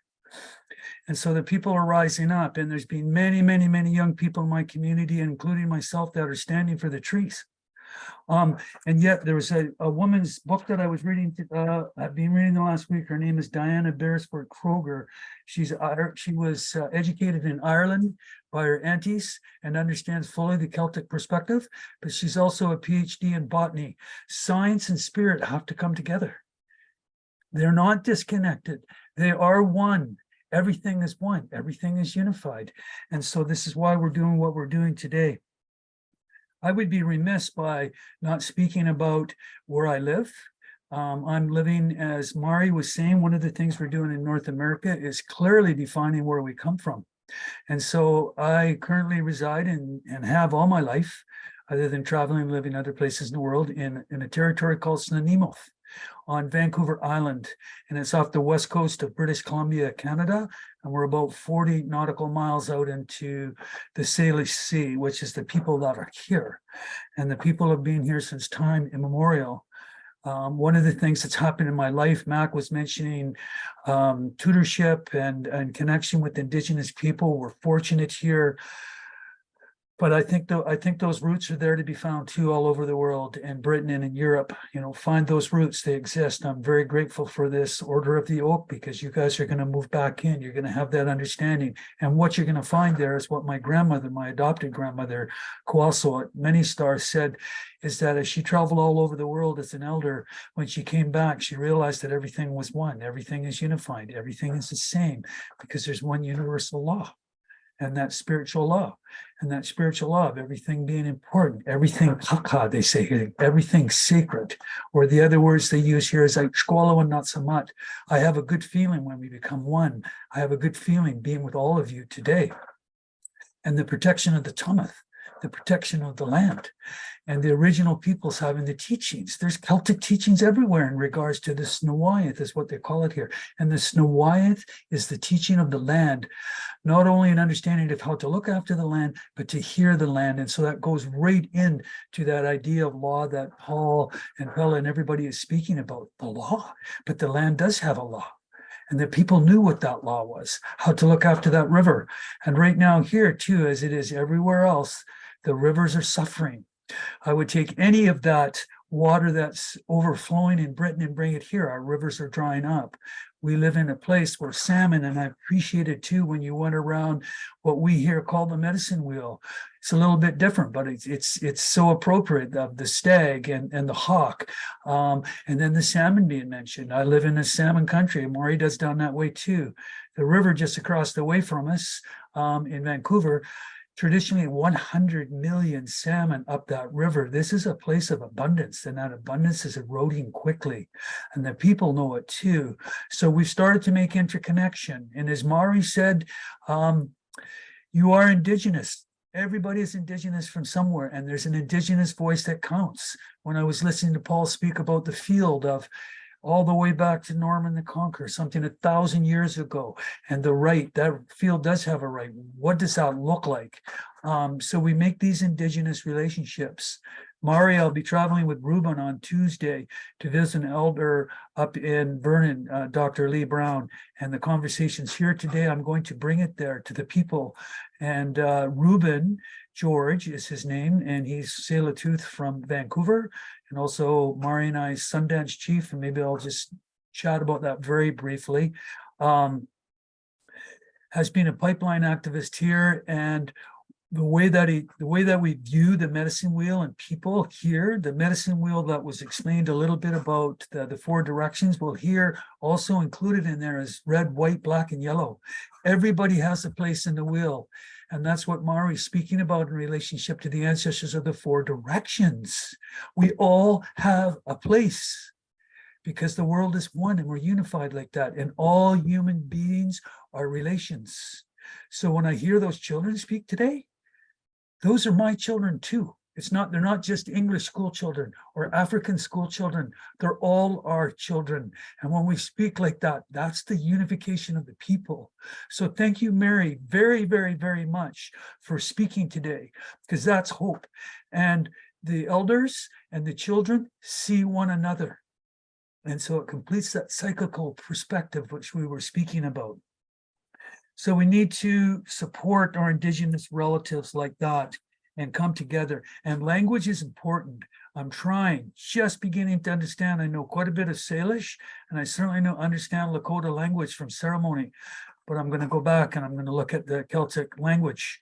And we just did a walk here on Vancouver Island, which some of you may be interested in, to raise consciousness with the Caucasian people, which are about 40 kilometers down the road from us. And we walked about, maybe 100 kilometers together for 4 days and camped together. And the gathering was called Quishintal, when we walked together. And again, not so much, having that good feeling in my heart when we all walked together as one. So the Indigenous elders came and other elders came. We did ceremony together and we walked together. And everywhere we went, we stopped at every little creek and river and rivulet and placed tobacco in there and did sacred prayer and did ceremony along the way. And it unified the people and it brought the people together and they felt good in their heart. So that's the kind of things that we're doing here. And when we speak of ceremony, thank you again so much for ceremony. Ceremony brings us into that sacred place, that holy place, that knowingness of who we are and how we can connect with the divine. And that's essentially where Mari and I met in relationship to doing a 4-day ceremony around the sacred tree in the Lakota tradition. And in that tradition, that tree signifies the connection between heaven and earth and the connection of all things. And I think, oh my goodness, there's a sacred tree everywhere. Is it not to the Celts, the oak tree? This is what we're speaking to today. If you go into the South Seas, when I was there in the Polynesia, there's a coconut tree and it goes on and on and on. The trees are sacred. There's sacred trees all over the world. We all have them. This is just a way of viewing how we are through the understanding of where we live. So place value is really critical. So I could really move into that place, but I wanted to share just a couple more words with you. Here on Vancouver Island, there's 3 major tribal groups. The Salish, where I live, the Nuchalnath on the west side of this island, and in the north, it's Kwakiutl or Kwakwakwa. But all the words, the central words in their language are the same. Here, again, Ishkwalo and Natsamat, we are one. In the north, they have another word, but I'll go into the other one. A new challenge is called Hishak Sawak. And where we go to our ceremony out in, when we're doing Lakota ceremony, it's Mataki Oyasi. We are all related. We are all one. We come together in that way. So it's important to understand that knowledge. The other thing that I would say around Indigenous is people talk a lot about, oh, you better be mindful and careful about appropriating that. One of the things that happens here, and again, Mari can speak to this as well, when we're in good relation with our Indigenous relatives, oftentimes they'll say, okay, I see you, I know you, you've been in ceremony with us now, you're a brother, or you're a sister, or you're an elder, or whoever you are. You have permission to sing these songs. You have the permission to do these dances. You have permission to say these words. And the way that I view that through a mentorship through my grandmother here in Stanimot, my spiritual grandmother,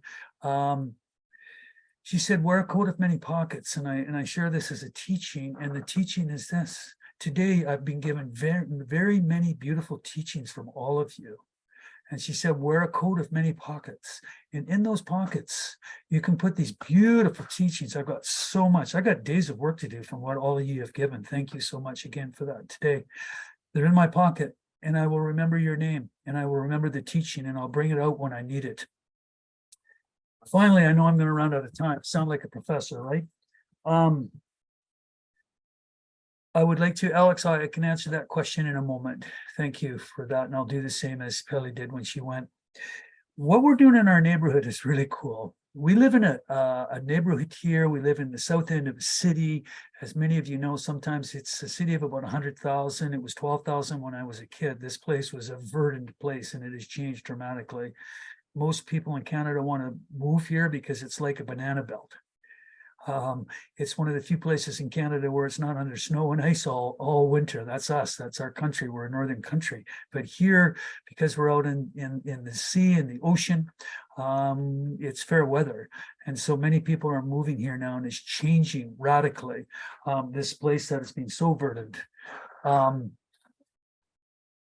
But what we've done, and so it's become more and more populated here. We are, our community where I live is Nanaimo. The English name for it is Nanaimo. We've made an urban eco-village. And what we've done is we have formed an alliance here. And here's how the alliance works. We're connected to the university here of about 17,000 students, at which I work. We're connected to the school district here. And the hub of our area is around the school and the children. Because one of the teachings, Indigenous teachings from here, just like the council fire, is that we cannot make decisions without taking into account 7 generations into the future. And that is Indigenous law in the eastern part of this country, and it's all over this country. In some ways, Indigenous here is also pan-Indigenous too. We do sweat lodges here. I'm going to one right after this. That's not from here, but it's shared here. And so Indigenous people themselves share also teachings, and it gets moved around, because if it works and it's good and it brings the people into that place of prayer, brings them into purity, brings them into unity, it's a good thing. And that's what I'm seeing again from the Order of the Oak. So what we did is we created an agri-hood. So I'm a permaculturist, said it's some of the things that I lecture on, and we have produce so much food in our neighborhood. We also live close to downtown. We do have some homeless problems here and that. We've now created a farm stand. There's so much food being created in the agri-hood, which is a word in 2018, if you look it up in the dictionary. And young people are moving here. It's changed the neighborhood, and this is gentrified in a different way. It's gentrified in the way of let's work with the land. Let's work together. And so things like stewardship are happening. We have a little river down the way that's called the Chase River. We look after that. We have a place called the Cat Stream. We look after that.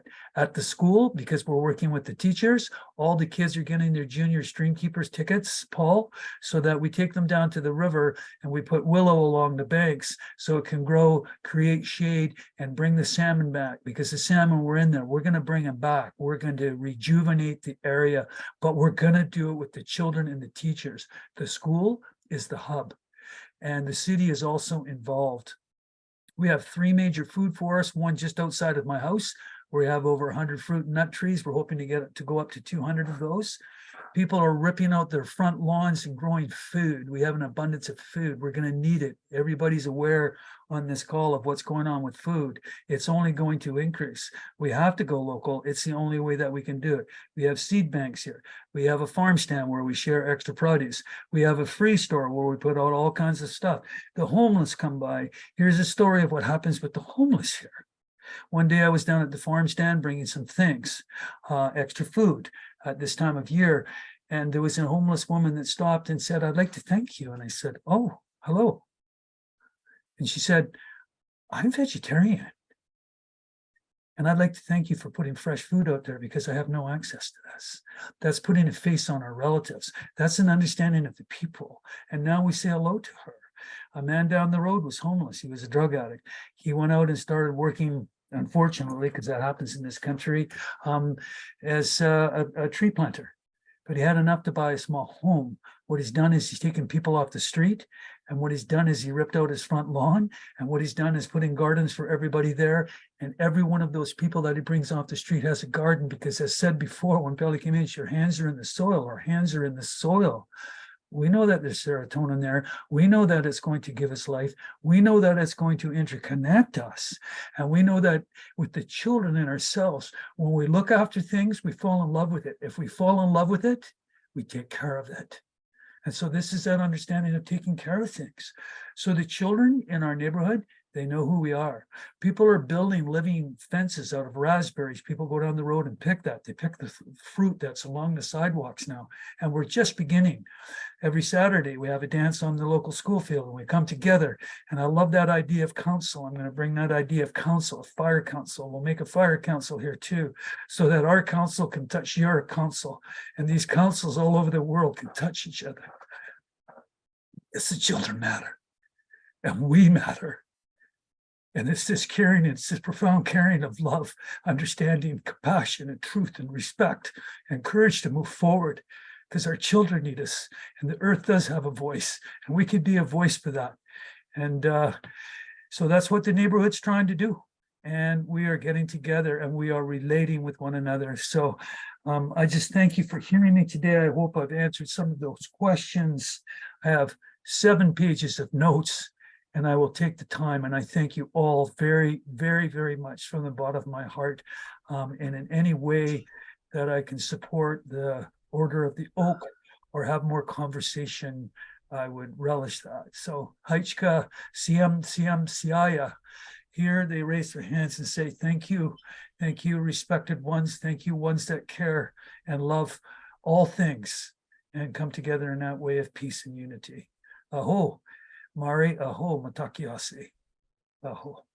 I want to interrupt real quick, you Stewart, but oh my God, you know, you're just giving, that's such a beautiful blueprint of how we can start reaching out, getting the children involved, how we can start the process of, you know, bringing the whole of community together, and the homeless people that maybe don't have anything to do, they can find a purpose in planting these trees and doing these things. And as everybody gets seen and heard and acknowledged, suddenly their hearts open and they don't have to maybe turn to drugs and things as much. I mean, it's this marginalization, it's this not being seen, it's this not being valued and loved and cared about that is creating all of us, you know, being independent instead of interdependent.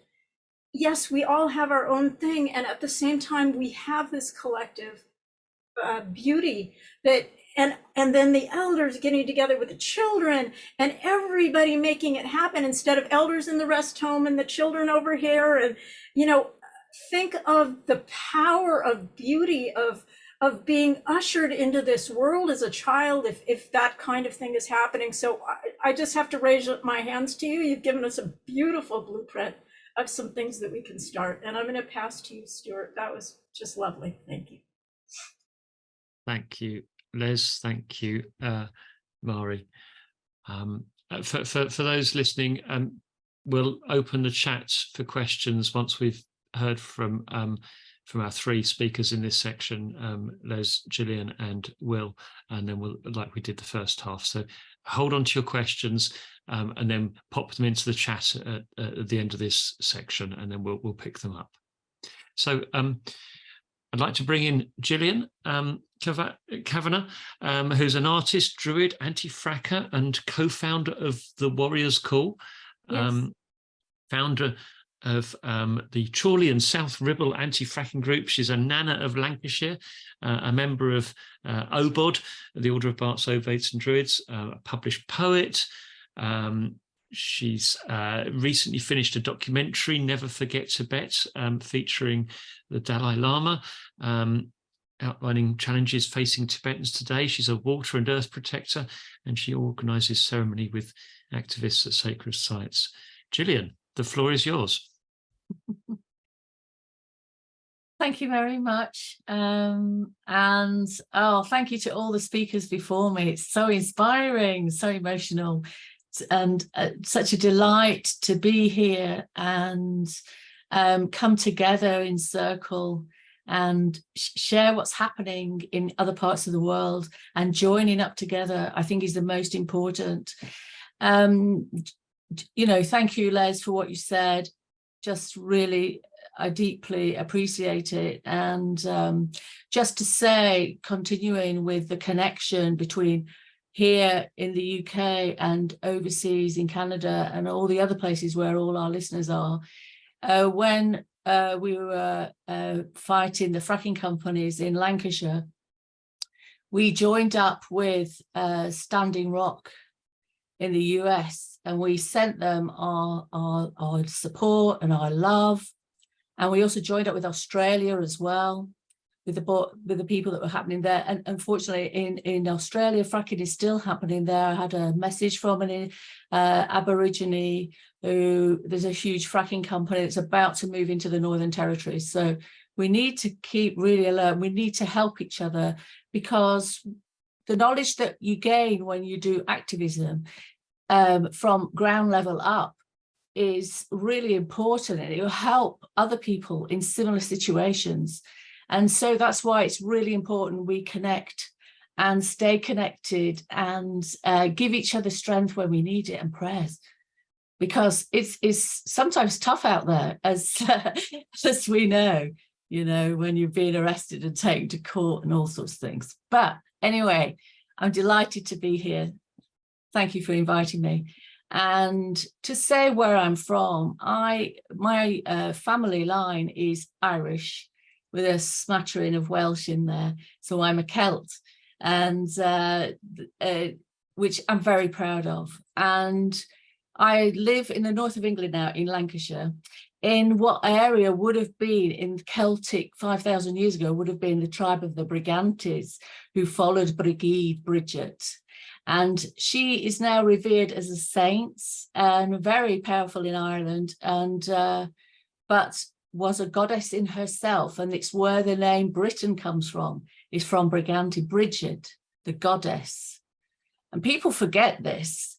And the word Britannia is from Bridget, the goddess. So people have lost their roots when they were taken off the land in the 17th century, especially, and put into factories here up in the north of weaving and mining and things like that. They lost the connection to the land, and we need to bring it back. And I really strongly believe people are yearning to connect.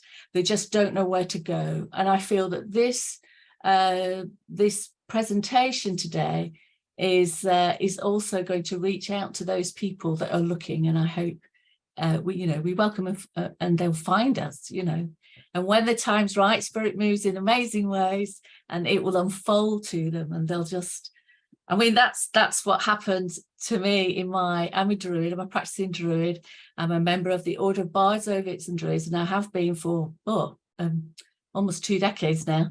And I love it, because when I found my Druid path, I actually went through and did Tibetan Bon, which is pre-Buddhist, it's more shamanic.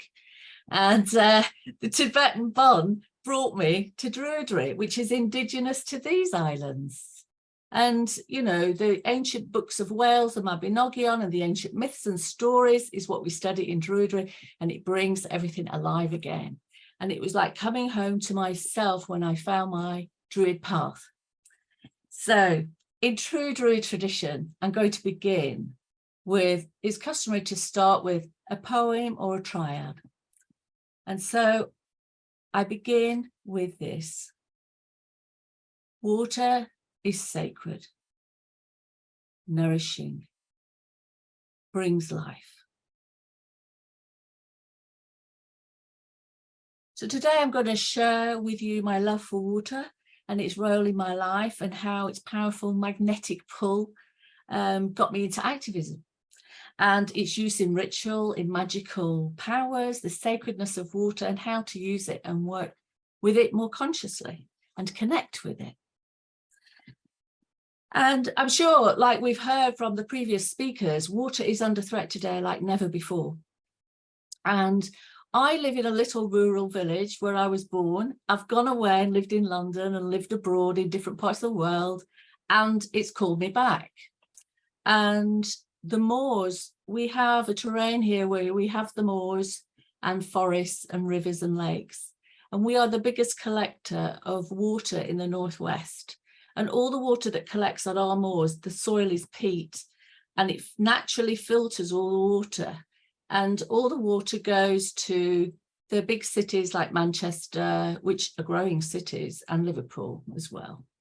And as a child, I would run wild through the woods. We were just up the woods and playing in lakes and rivers all the time, and just go home when you get hungry. But so when I came across the idea of fracking, I'd never heard of it before.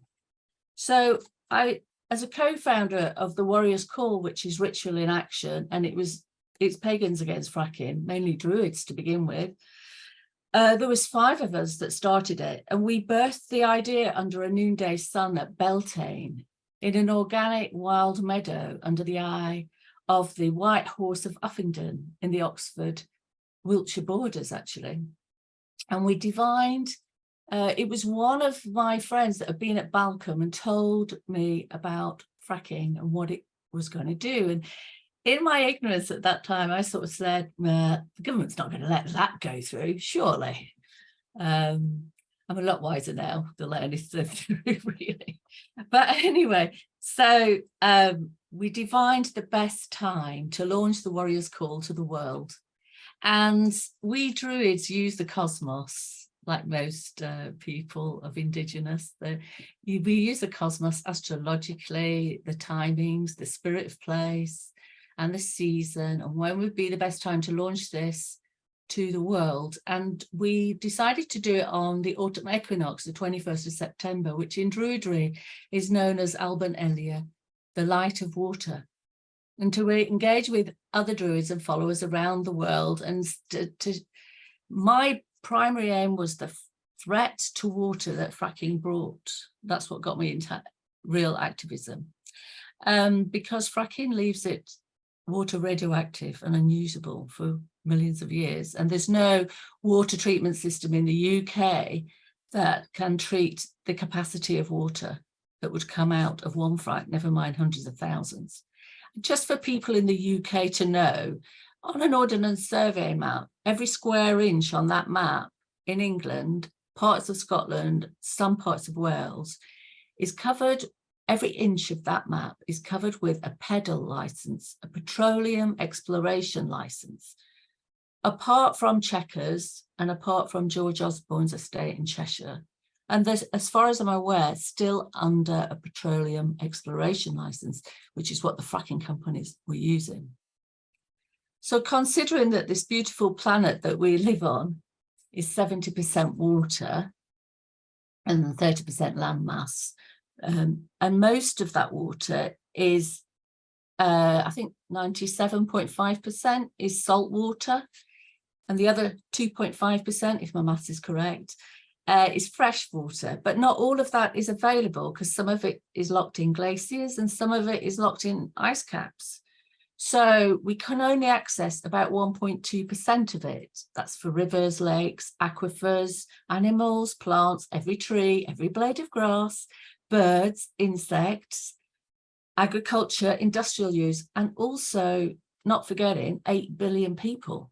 So that water is precious. Without water, there's no life. And we live in a closed loop system. So whatever water we have on Earth is what, you know, we've had for quite a few thousand years.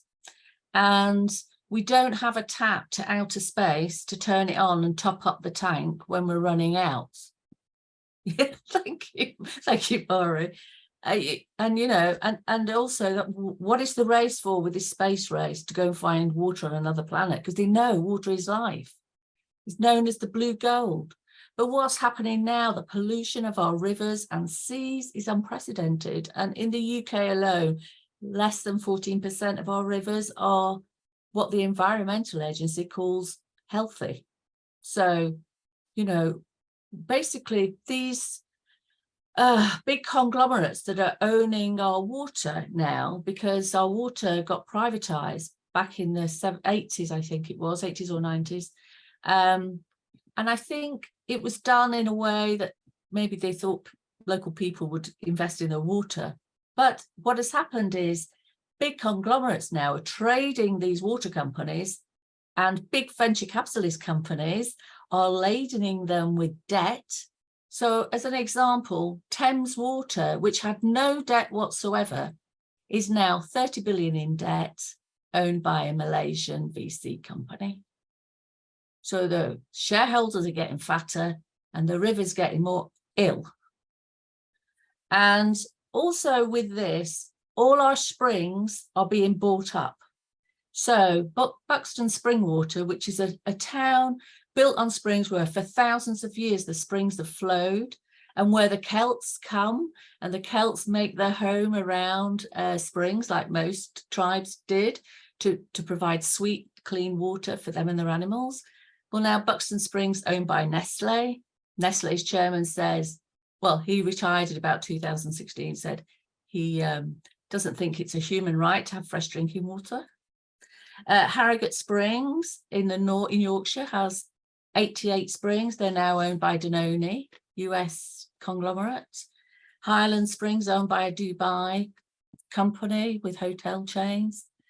So, you know, there's a lot of issues going on. And I'm really also to share with you some knowledge I found out from a professor of green energy from a university in the north, about all the wind turbine farms that are out at sea.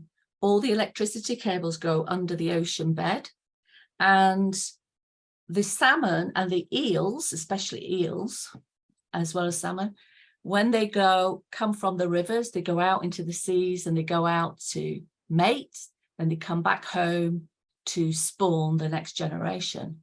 And a lot of them are not making it back to the rivers. They're not making it back home to where they came from.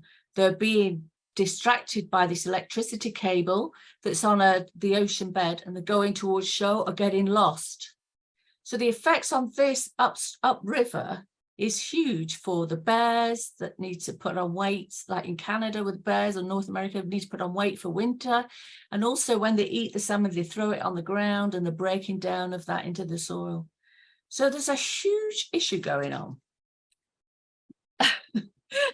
But we've got to work together to do it. And we can't sit around and wait for someone to do it for us. We have to do it. We have to be the change. Most of the laws that are made in government, I think, in this country anyway, most of the laws come from the ground up, where the government is forced to make the law. So we have to demand this change.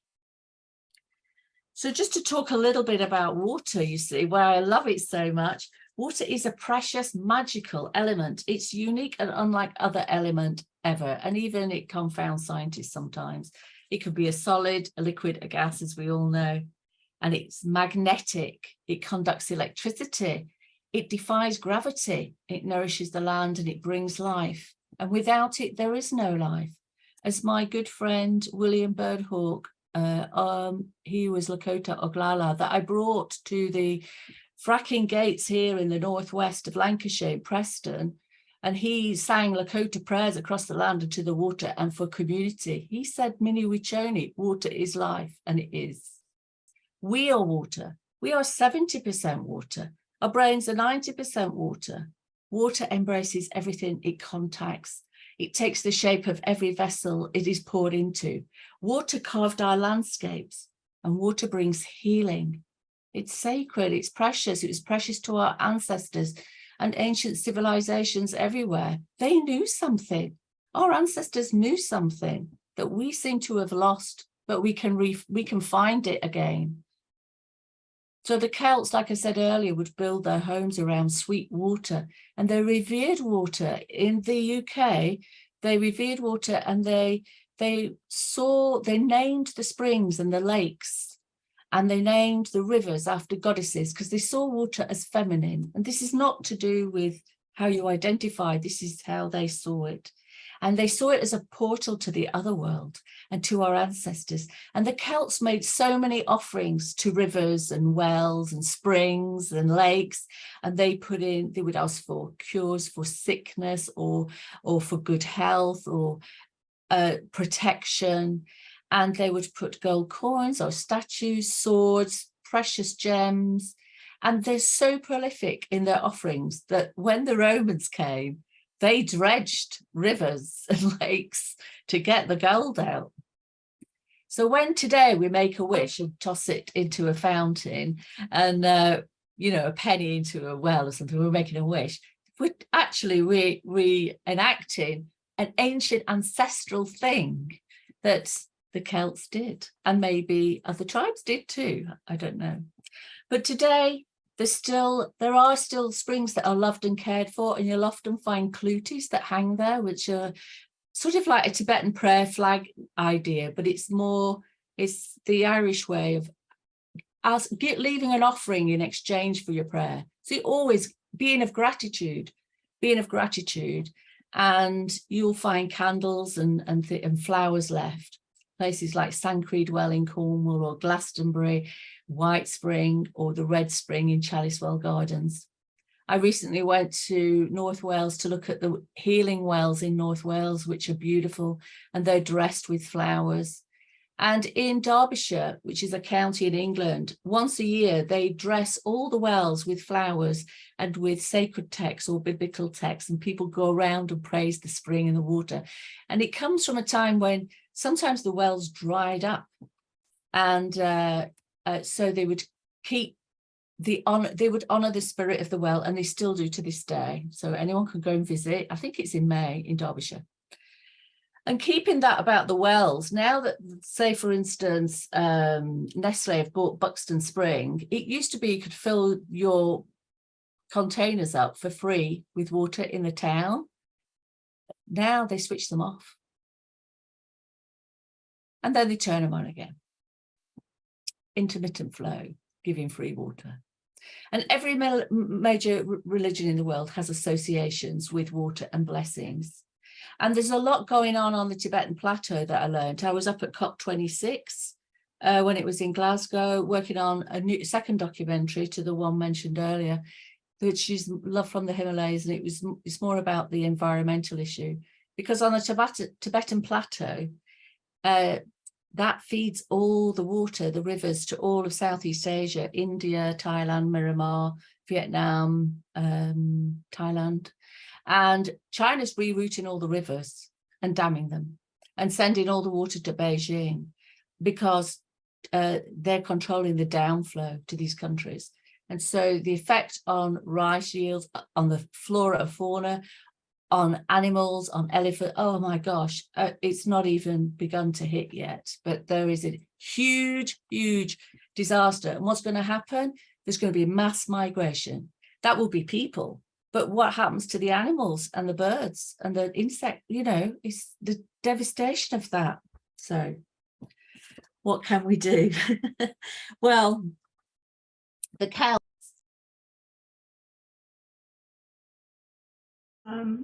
You just muted yourself. Sorry, I just hit my hand on the screen, gesticulating. Sorry about that. So the Celts and Druids emphasised three things: fresh air, pure water, and cleanliness. And they used herbs and tinctures in a vast knowledge of healing, which was passed down in oral traditions, which were written down in the 9th century. And so, I mean, I don't know how much time I've got left, Mari. Oh, I'm coming at the time out. Okay. So quickly then, before I go then. So as a dowser and a druid, I work a lot with water, and I know that water reacts with us, and water likes song. And when we sing and praise water and send love to it, and it sparkles and it's receptive. And Dr. Masaru Emoto did a lot of research on the resonance of water, and he's got great books. He's no longer with us, sadly, but he left us a great gift in the books with about water. And water is receptive, and it absorbs our energy and resonates at the same frequency. It has intelligence. It absorbs the light, the heat of the sun and the light of the moon. It nurtures and renews us in everything it touches. We grew in water, remember? Maybe you don't. For 9 months, you were in the dark waters of your mother's womb. And water receives and contains energies of spirit. It blesses and purifies us. Water flows. It doesn't like to become stagnant. And I urge everybody to go to your nearest place of water, whether a river or a lake or the coast, if you live on the coast, and sit in reverence to the water there and make a pledge that you are going to look after it. Introduce yourself and say a prayer and say you are going to look after it, and you're going to litigate like what was being said earlier, and you're going to test the water. You're going to just love it and look after it. And a simple thing is, in your shower every day, we use water, make cups of tea, clean our teeth, get water, send a prayer of gratitude and thanks to the water, because then it flows with that energy on back to the source. And so to end, I say, with that about resonance of water, all blessings and love and gratitude for the healing power of water and the revitalizing aspects of it. And as she returns to source, may we all return to source. Owen. Thank you so much. That was beautiful. Yes, fracking and all that, and our responsibility to water. There's just so many, when the chemicals get into water, the radioactiveness, and there's a chemical here that's being used to spray everything. They're finding now that it's doing sex changes to all the frogs and the amphibians. What is happening?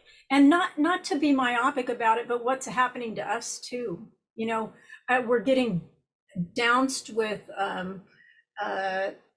drugs, that can't be taken out of the water system now. So how do we stand and say no? It's good to stand and say no. It's good to revitalize people with a new education and take our power back, people, honestly, because we've been told so many times we can't do anything about it. Oh, it's inevitable. Oh, AI is inevitable. This is inevitable. That is inevitable. There's nothing you can do. No, that's a spell that's been weaving upon our consciousness. Instead, to, like Gillian said, to sacredize your life in all aspects and your relationship of life to yourself and to all beings. And this is so very important as we keep on healing these things in the world and working together. And our next presenter is Will Falk. He's a writer, poet, lawyer, and environmental activist. He believes that the ongoing destruction of the natural world is the most pressing issue today. Will graduated from the University of Wisconsin-Madison's Law School and practiced as a public defender. And he left the public defender office to pursue frontline environmental activism. Great. Activism has taken him to an Indigenous cultural center and a pipeline blockade on the unceded Wet'suwet'en territory in Canada, to a construction blockade on Mauna Kea, Hawaii, to endangered pinyon juniper forests in the Great Basin, and to Thacker Pass, Nevada, to stop an open pit lithium mine from destroying a beautiful mountain pass.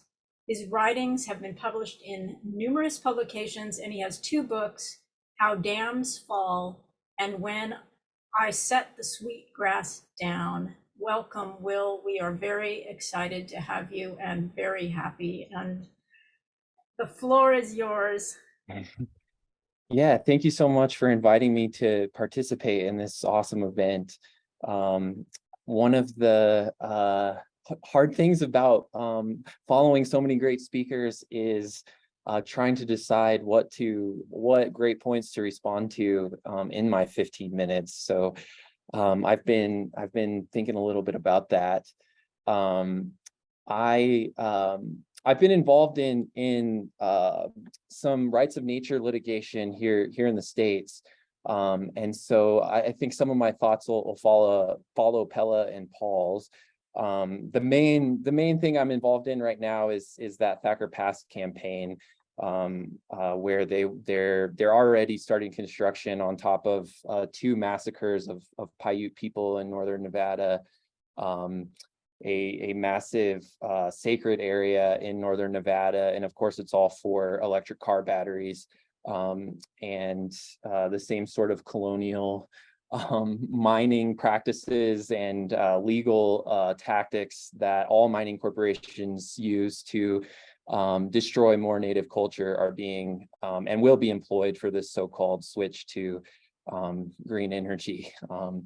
But I think I'll talk more about the rights of nature stuff just because that came before me.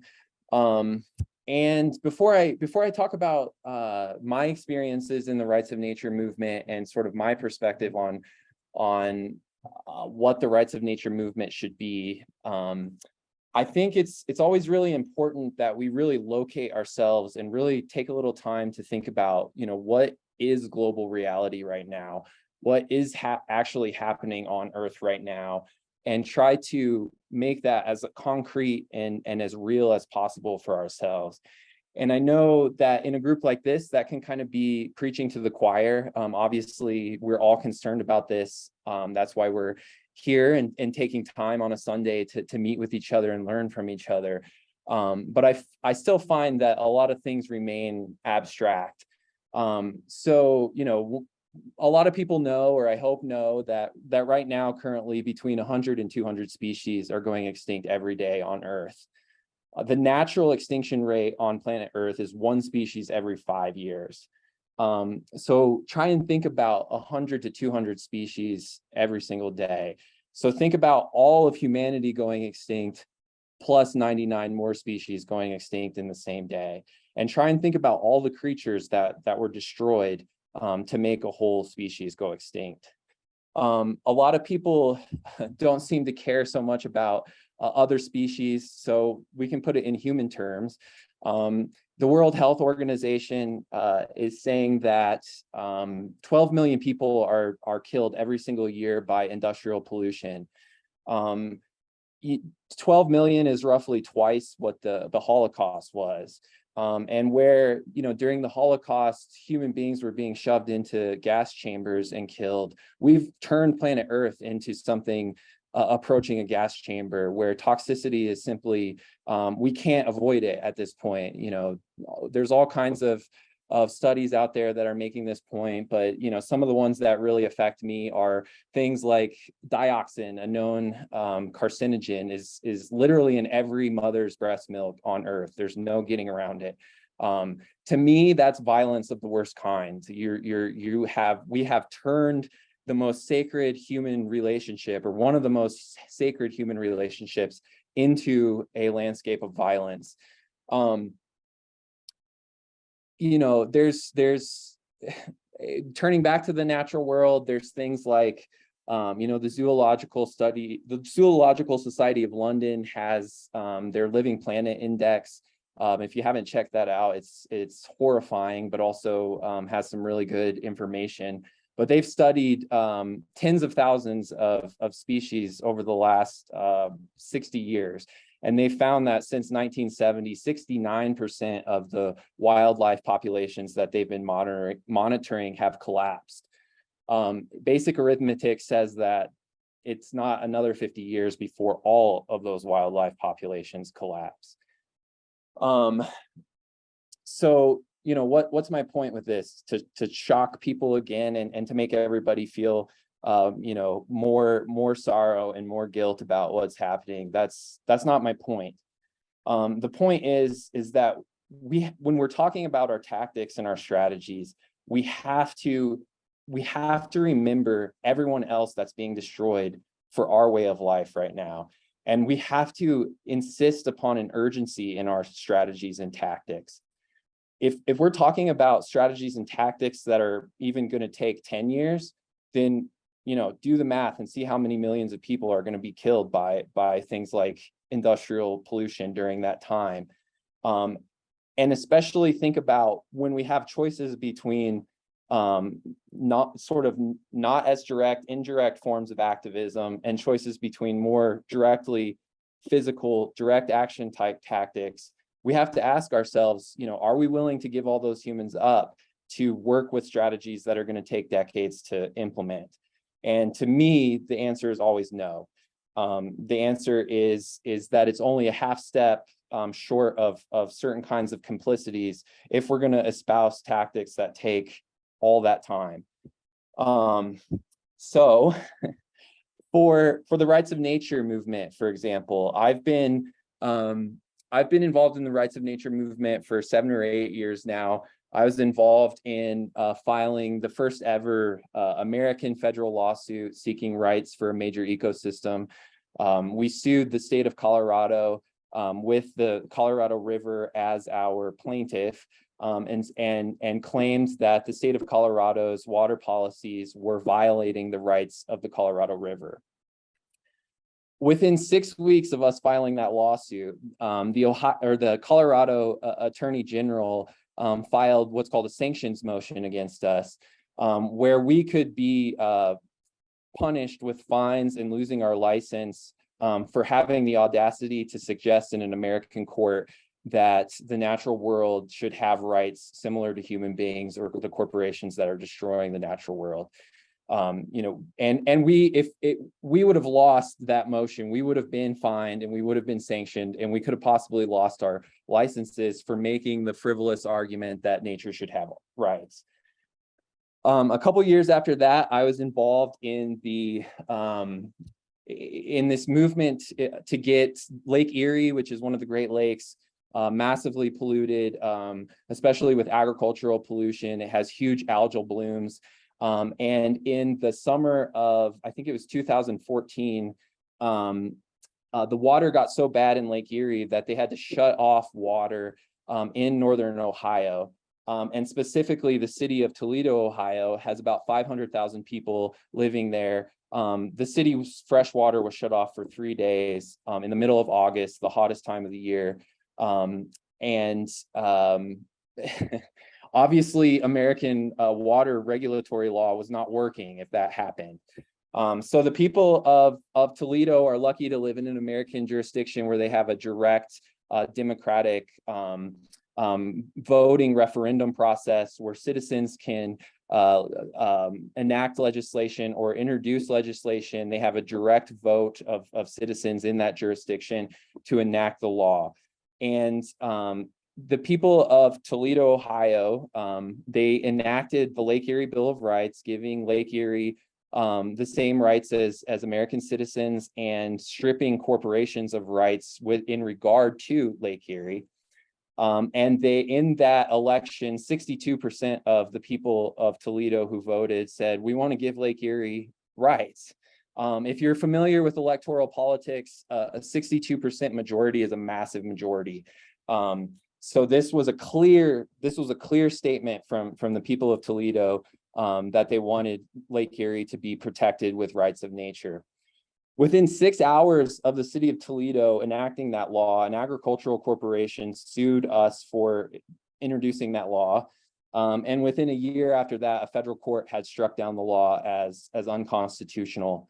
And then 6 months after that, the Ohio state government enacted specific legislation that said you cannot introduce rights of nature laws in the state of Ohio, effectively ending any sort of direct route to rights of nature laws in the state of Ohio. Many other jurisdictions are preemptively enacting these kinds of laws too. And it's whatever hope we had of legislating rights of nature is seemingly disappearing by the day.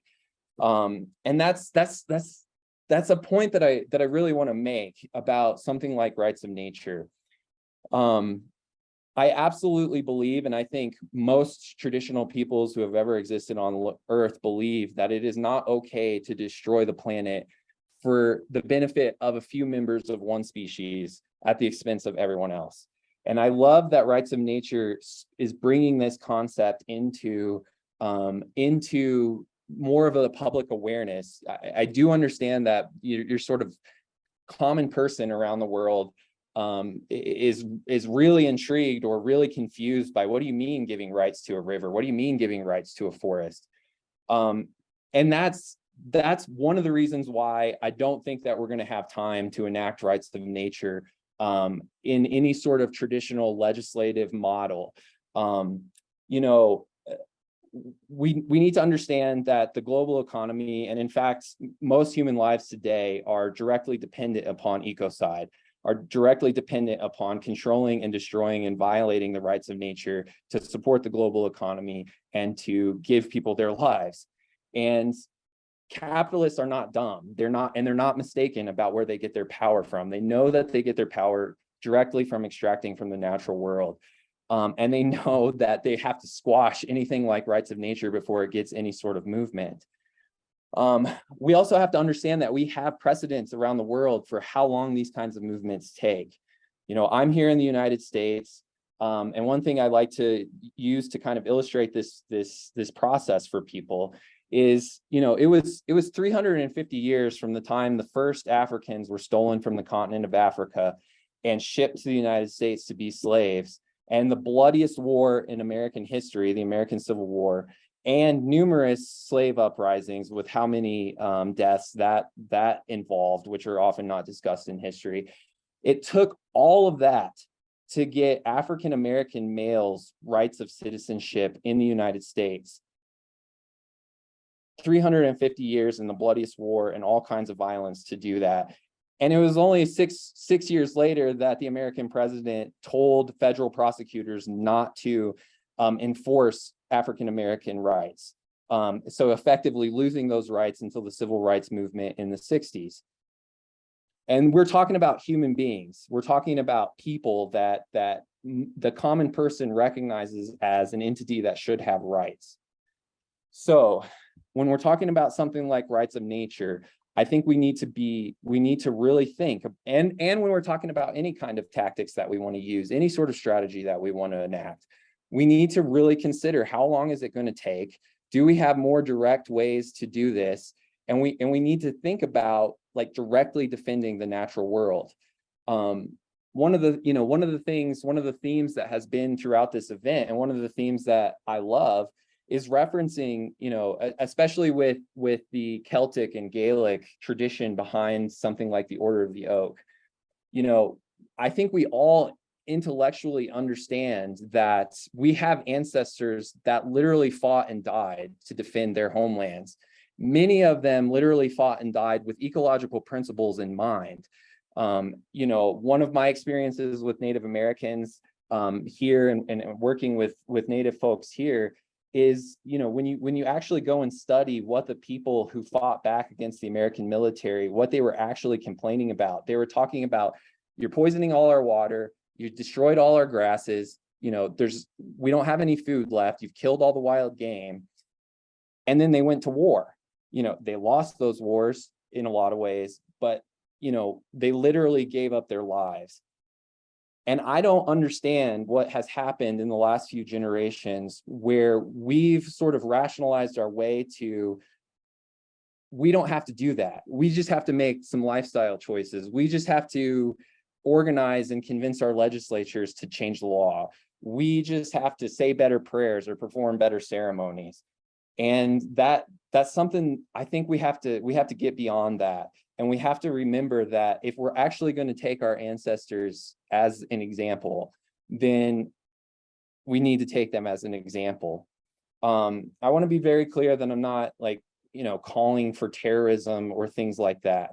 But I am saying that if we're going to stop the destruction of what's left of our kin on Earth, literally every second is an unspeakable tragedy that passes right now.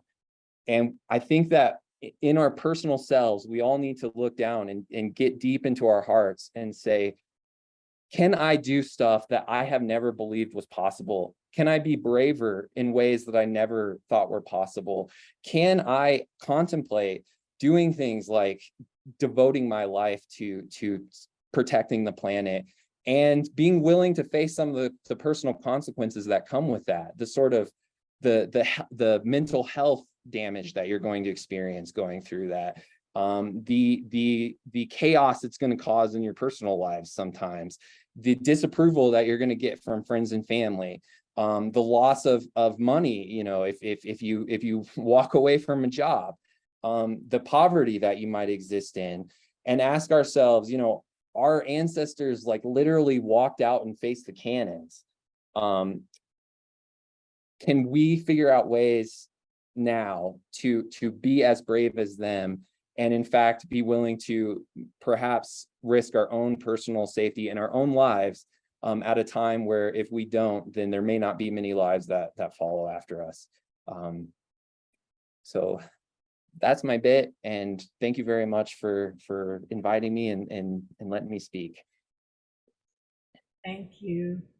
You know, I have a comment to this too, because the thing is that what would be so phenomenal is to have like a heart and brainstorming session too, on how we can start doing these sorts of things, how we can interface with each other and create synergy, how we can support each other, looking into all the different angles of what kinds of responses, but also bringing the prayer in to be guided in the right way, in the most responsible way, not just reactionary kinds of measures.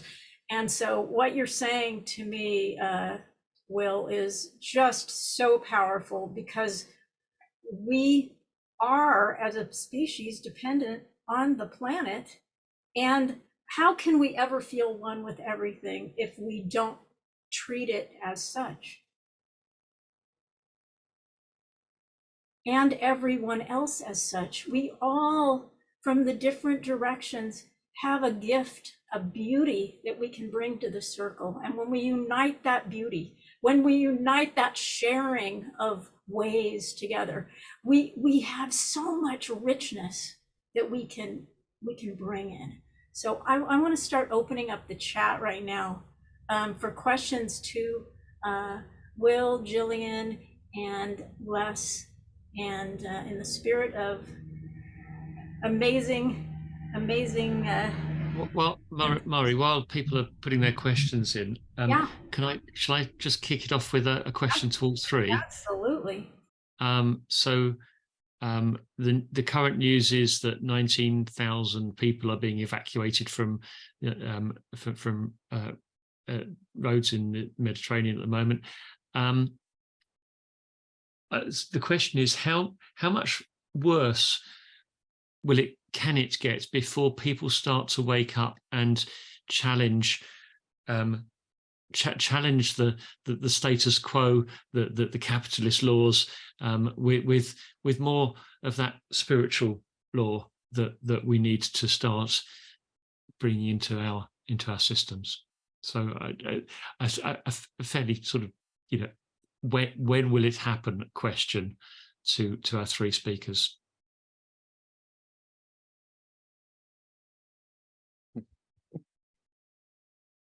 One of you dive in. I'll dive in, literally. Well, I mean, my heart goes out to all those people that are having to be evacuated in, is it Greece, Stewart? The actual place I didn't catch, yeah. Yeah, I think it's Rhodes. Rhodes, yeah, on the island of Crete. I've been to Crete, actually, it's a beautiful island. I mean, the thing is that I think this is just the start of what's going to become quite a frequent thing, sad to say. I spoke to a glaciologist at COP26 who said the melting of the Tibetan pole, well, the Tibetan glaciers, is known as the third pole. It has an effect upon the world's weather systems and weather patterns, not just the rivers that go to Southeast Asia. And he said to me, by 2030, that's going to have majorly melted. It's already melting. So because of the height of the Himalayas and where the glacier is, it's sort of affecting all the weather patterns. These extreme, what we're calling extreme weather things that are happening, like in Crete, where they're having to evacuate those people because it's so hot. I mean, goodness knows about the animals. Who's evacuating them? Probably no one. But we're seeing an effect in Crete. This is what we're going to realise. But actually, the source of that problem may be somewhere else. And that's why we've all got to sort of, in a way, take responsibility for where we live. And if we do everything on a local level and start to ramp it up, I don't even know if we've got enough time to do that. But this migration of 19,000 people, what that glaciologist said to me is when this Tibetan third pole, the glaciers melt, because then the permafrost goes, then there'll be the whole of Southeast Asia on the move. That is a lot of people, mass migration. That's what's going to happen. But also I want to say something else, because the role of media, we need to start putting out some good positive news, because the media likes nothing more than whipping everyone up, scaring everyone. And people are in their own homes watching this, feeling helpless. It keeps you helpless. Watching all that media keeps you helpless. You've got to sort of, in a way, sort of find out and come. That's why this summit that we're doing today is really important, because we're coming together and we're hearing from each other, and we're going to support each other, and this is going to ripple out. We're going to be pebbles in the lake that ripples out of good. But I do think the role of media whips people up into hysteria as well. But this is just the start, I'm sad to say.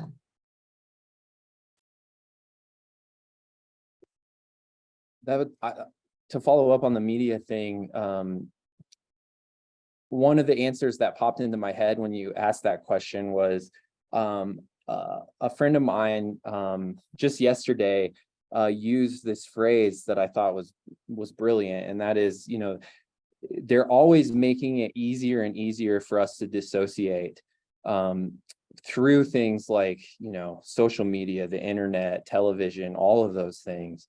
And, you know, if one of the ways I think about it is, you know, we're also so plugged into the internet now, and in a lot of ways for work like this, we have to be, but like every aspect of this is bombarding us with advertisements and commercials, and you know, after, you know, 80 years or whatever, they're really good at understanding how to manipulate the human psychology to want shit that they don't need.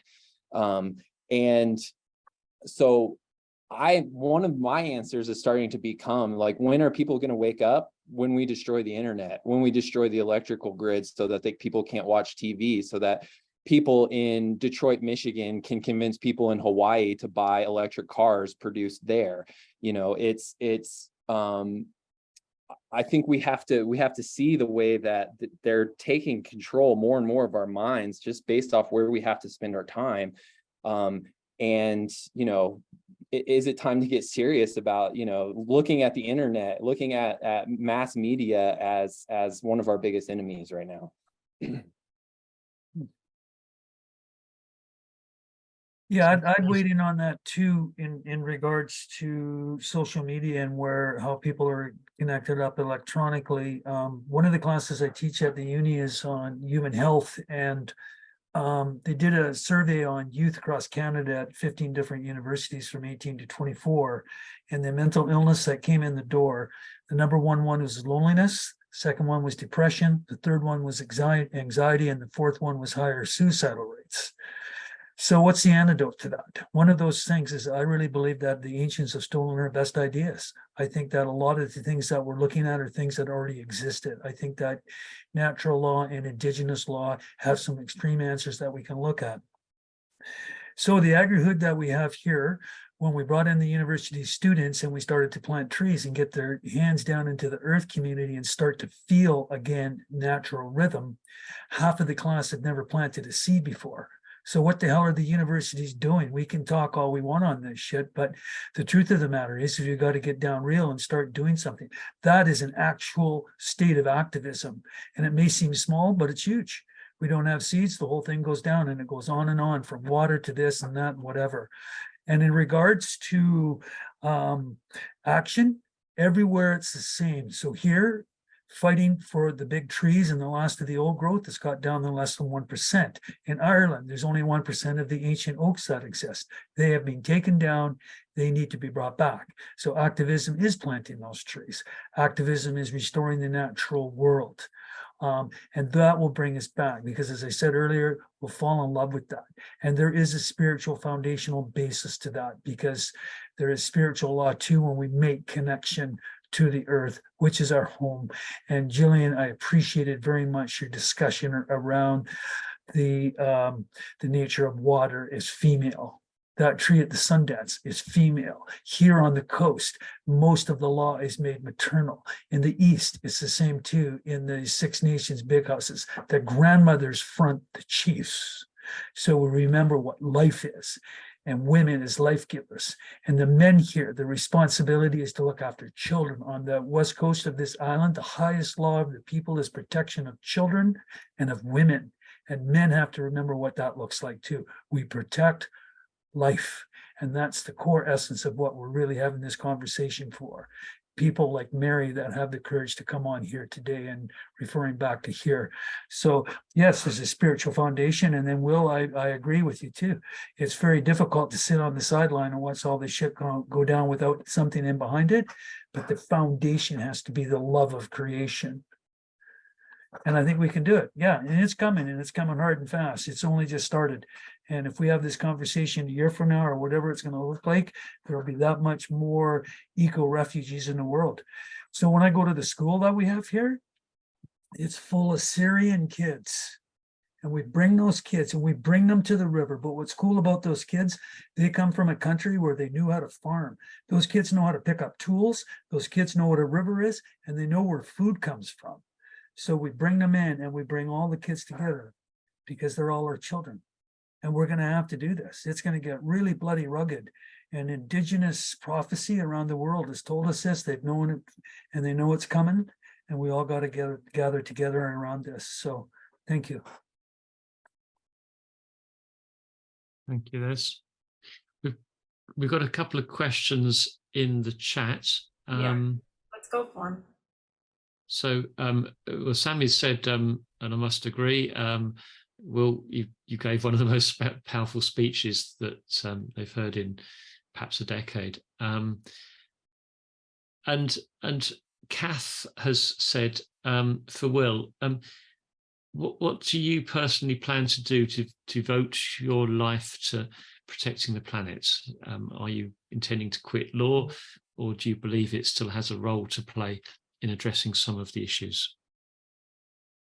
So I guess as a really concrete example of what I have been doing, one of the questions that I try and live my life by, I guess, is the question I say, don't ask the question, what can I do? Ask the question, what needs to be done? You might have to work backwards from that question to see, where your skills and capacity fall into. But I try to ask myself that question every day, not what can I do, but what needs to be done. And then I try to do what needs to be done. Like a grand example of how I applied this to my life was this Thacker Pass lithium mine campaign that I've been involved in. My dear friend, a man named Max Wilbert, he told me about this mine that was getting going in northern Nevada. And he said, do you have any ideas? And I said, well, let's try and stop it. And he said, how? I was like, I don't know, but let's go set up a protest camp in the middle of where the mine site would be, to start raising awareness, just get this, like, for some reason the news latches on to, crazy environmentalists go live in the snow. For whatever reason, they love that. So we kind of played off that. We went and set up this camp. And then, initially my idea was my first love is creative writing. And I just wanted to write about how beautiful Thacker Pass is as a way to help people fall in love with the area. It's a desert area. People, think there's no life out there, and that nothing could be further from the truth. But then once local Native folks heard about what was going on and started to get involved, we realized that nobody was bringing any sort of arguments on behalf of Native Americans against this mine in court. So because I have a law license, I agreed to represent a few tribes in litigation. In the United States, Native American tribes do not have the power of consent. So they don't have any sort of veto power over projects like this. And we've been losing in court. But what the court process has given us is this really public platform for, bringing up things like, does everybody understand that the federal government murdered 31 Paiutes in Thacker Pass in 1865? Now they're going to cite a mine on top of it to destroy any evidence that this ever happened. So I guess that's just one thing that I've done, but I don't know if there's like a canned answer that anybody can apply to their own lives. I think it has to be a question that you ask yourself, and you just, again, try and ask what really needs to be done, and then you can get into how you personally can fit into that. But there could be all kinds of opportunities, all sorts of creative things that could spring up when you think in that way. So that's how I do it. And I try and see all of these different angles. I try not to discount any of them. I try to use all of them as a way to lead people back into falling in love with the natural world, and then acting in serious ways to defend the natural world. Fantastic. Creative opportunities for action. That sounds like could be a topic for a future summit. I think Mari, there's nothing else in the chat. Okay. We can go for another 5 minutes or so if we'd like. Does anybody in the panel right now have something they want to address that's come up in your heart?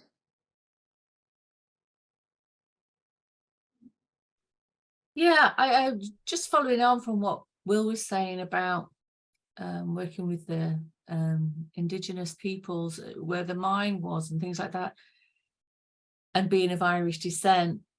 I just wanted to share something about people working together across the seas, because in 1847, it was the time of the Great Famine in Ireland. Lots of my family tree members left and went to America and all other places too. And that was because, well, the political reasons behind it from the English, but anyway. But the amazing thing about it was the Choctaw Nation sent money to the Irish to help them, even though they themselves had just endured the Trail of Tears and were also in poverty. So there's a sculpture now for that in Ireland, but it's something that tells of this camaraderie between peoples of different nations, that we can help one another and to give each other strength and not to give up. And so, I just think that is something that always moves me whenever I think about it.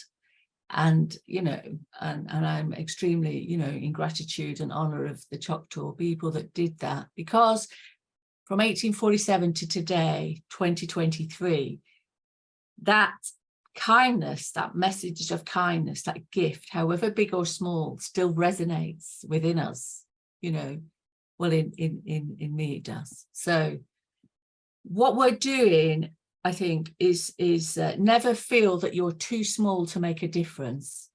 And like from what Les said about the homeless people in his town, there's sort of being seen and being recognized and being noticed. And that's the same for nature, I believe, is being seen, seeing nature and recognizing it and doing something, however small. You might not be sort of think it will amount to anything, but it's when we all come together that these little drops of water become like a huge tidal wave of change. So everyone has something to give, and we need you to step up and share, however small. Thank you. So if there's 1 minute left, I'd like to respond to what Will said, if possible. Yeah, I just found it really powerful, and I think it's really important to be reminded of that. And it's so interesting that the mainstream system, when you talk like that, you had to that caveat around, I'm not advocating terrorism. And actually, this idea of like giving your life for the earth actually obviously doesn't entail violence, but it doesn't even necessarily, how to put it, I find I've pledged that, like I've pledged my life to nature and particularly to the roading. And then it makes all the other things easier, where, on some of the days when you're actually looking after it, it's really hard. It feels really difficult, but you've reminded that pledge that you've made. Or for instance, with the climate crisis, I've pledged my life to that. And that means that when I do things that are really socially awkward in my profession, like literally just me on my own saying things that my colleagues look at me with disdain and disgust, it's easier to do because I've already pledged my life. So, you know, my career and what my colleagues think of me doesn't matter anymore because that's my life. And it's just a real important rallying point to keep the necessary radicalism in this time. So thank you for bringing that. It was important. Paul, I'd like to comment on that too, just shortly. I know there's only a second.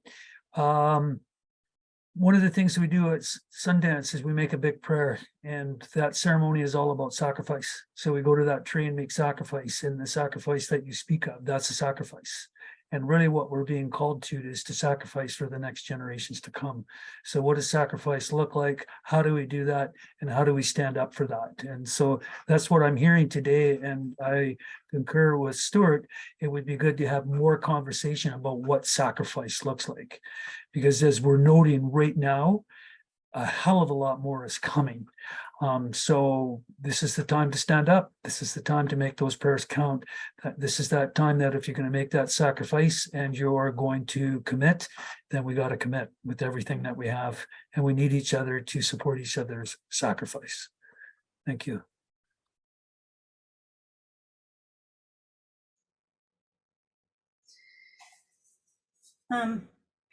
This is beautiful. And I just see this as the start of everything we can do. And having a heart session where we come together and start possibly taking on solutions together as leaders. And I'm including all the audience as leaders too, but as leaders of our own heart, leaders together. And when one doesn't know anything, if one doesn't have something or some knowledge, it's not bad to admit it. We can be humble. We can lay our spirit down and say, I'm lost, I'm having trouble now. And then we come together because we're working together. It's not about having to have everything, all the answers. It's about getting the answers from spirit, going to the councils that are bringing the wisdom in, doing this together. We can do it. And so I want to bring that forward, and you all are also invited to join the Ancestors of the Four Directions. We're going to do it together in this together. And I'm going to say a prayer in Gaelic, and then I'm going to pass to our beautiful Harriet to take us out with her final words of the ceremony. But I want you to kind of internalize these words. I riam in you, the guach na fleisch, the salshish grenu, inyala na gali, ilal yaktina, imira lasrach, iluas guya, inivnacht farga, imun shaspakt tagun, inaigenacht karaga. We go forth today under the power of the heavens, the light of the sun, the radiance of the moon, the splendor of fire, the speed of lightning, the swiftness of wind, the depth of the sea, the stability of earth, the firmness of rock.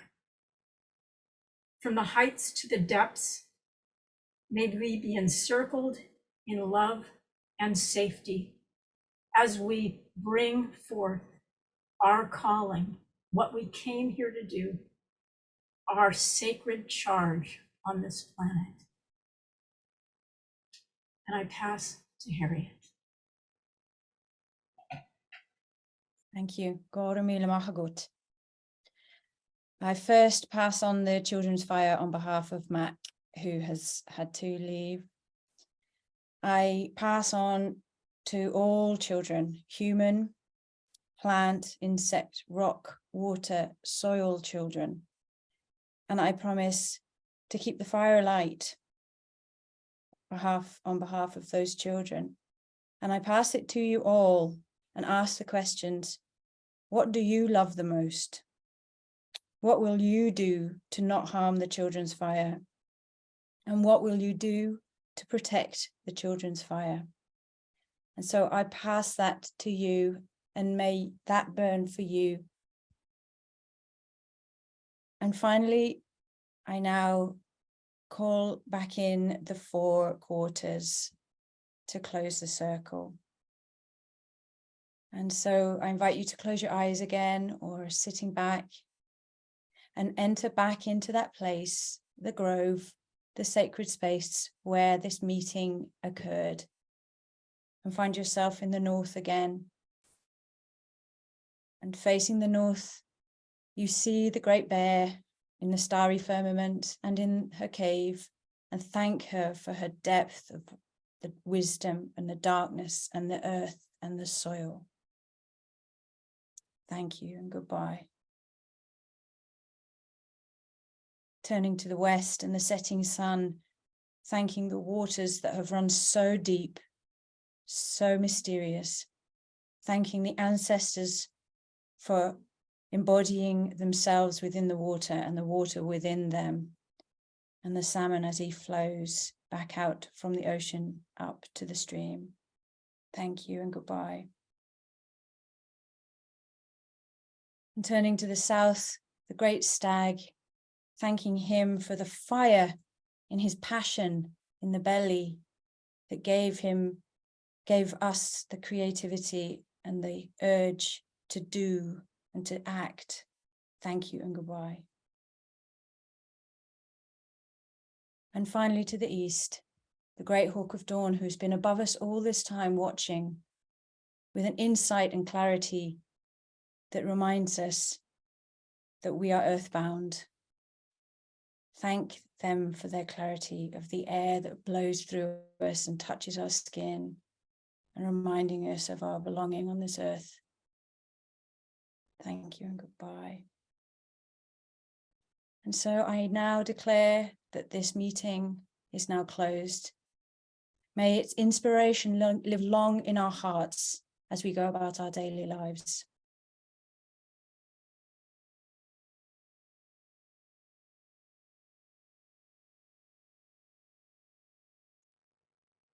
Thank you, Harriet. I would like Cynthia and Saga to please repost the links for our YouTube channel or Order of the Oak and our Facebook page and our Action Network mailing list into the chat. Thank you for joining us for this summit, the series on environmental action, permaculture, and spirituality, and coming together.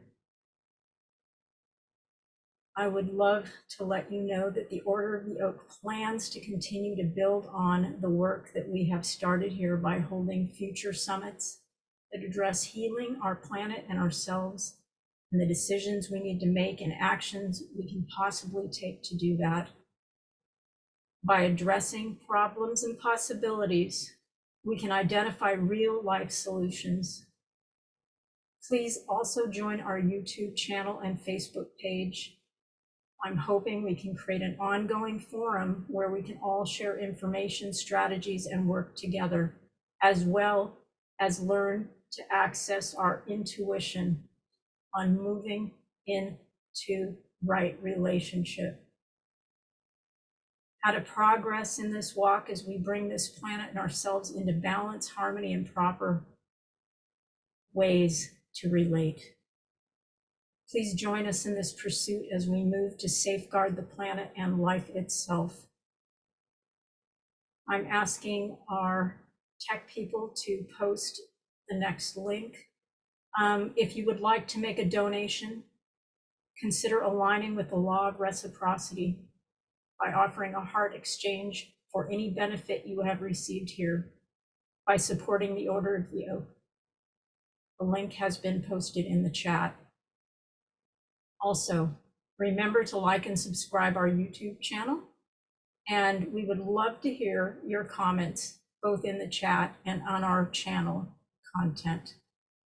Thank you, presenters, our tech people, our ceremonialist, my co-host Stewart, and all of you, as we need all of us to do this together to heal the planet. We are all integral to this process.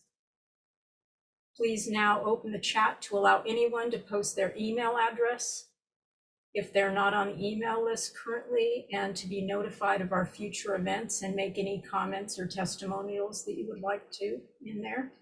And once again, please post the links, the Order of the Oak YouTube, Facebook, and Sacred Reciprocity. And if you want to join our email list also, you can join it through Action Network Order of the Oak. Many blessings. I raise my hands to all of you. I hope that we all continue together as we can, and let's come together. Let's do what we can for our hearts too, because if we live a life that we don't really believe in, we're shirking our heart and we're closing off. And let's live full out in a good way, in a deep way. Call that to you, call your ancestors to you, call your connection to the divine to you, call your connection to that which can create a walking prayer on the planet. And may we walk out into life with the eyes of that prayer and the heart of that prayer. Many blessings, and we hope to see you at one of our upcoming events and offerings.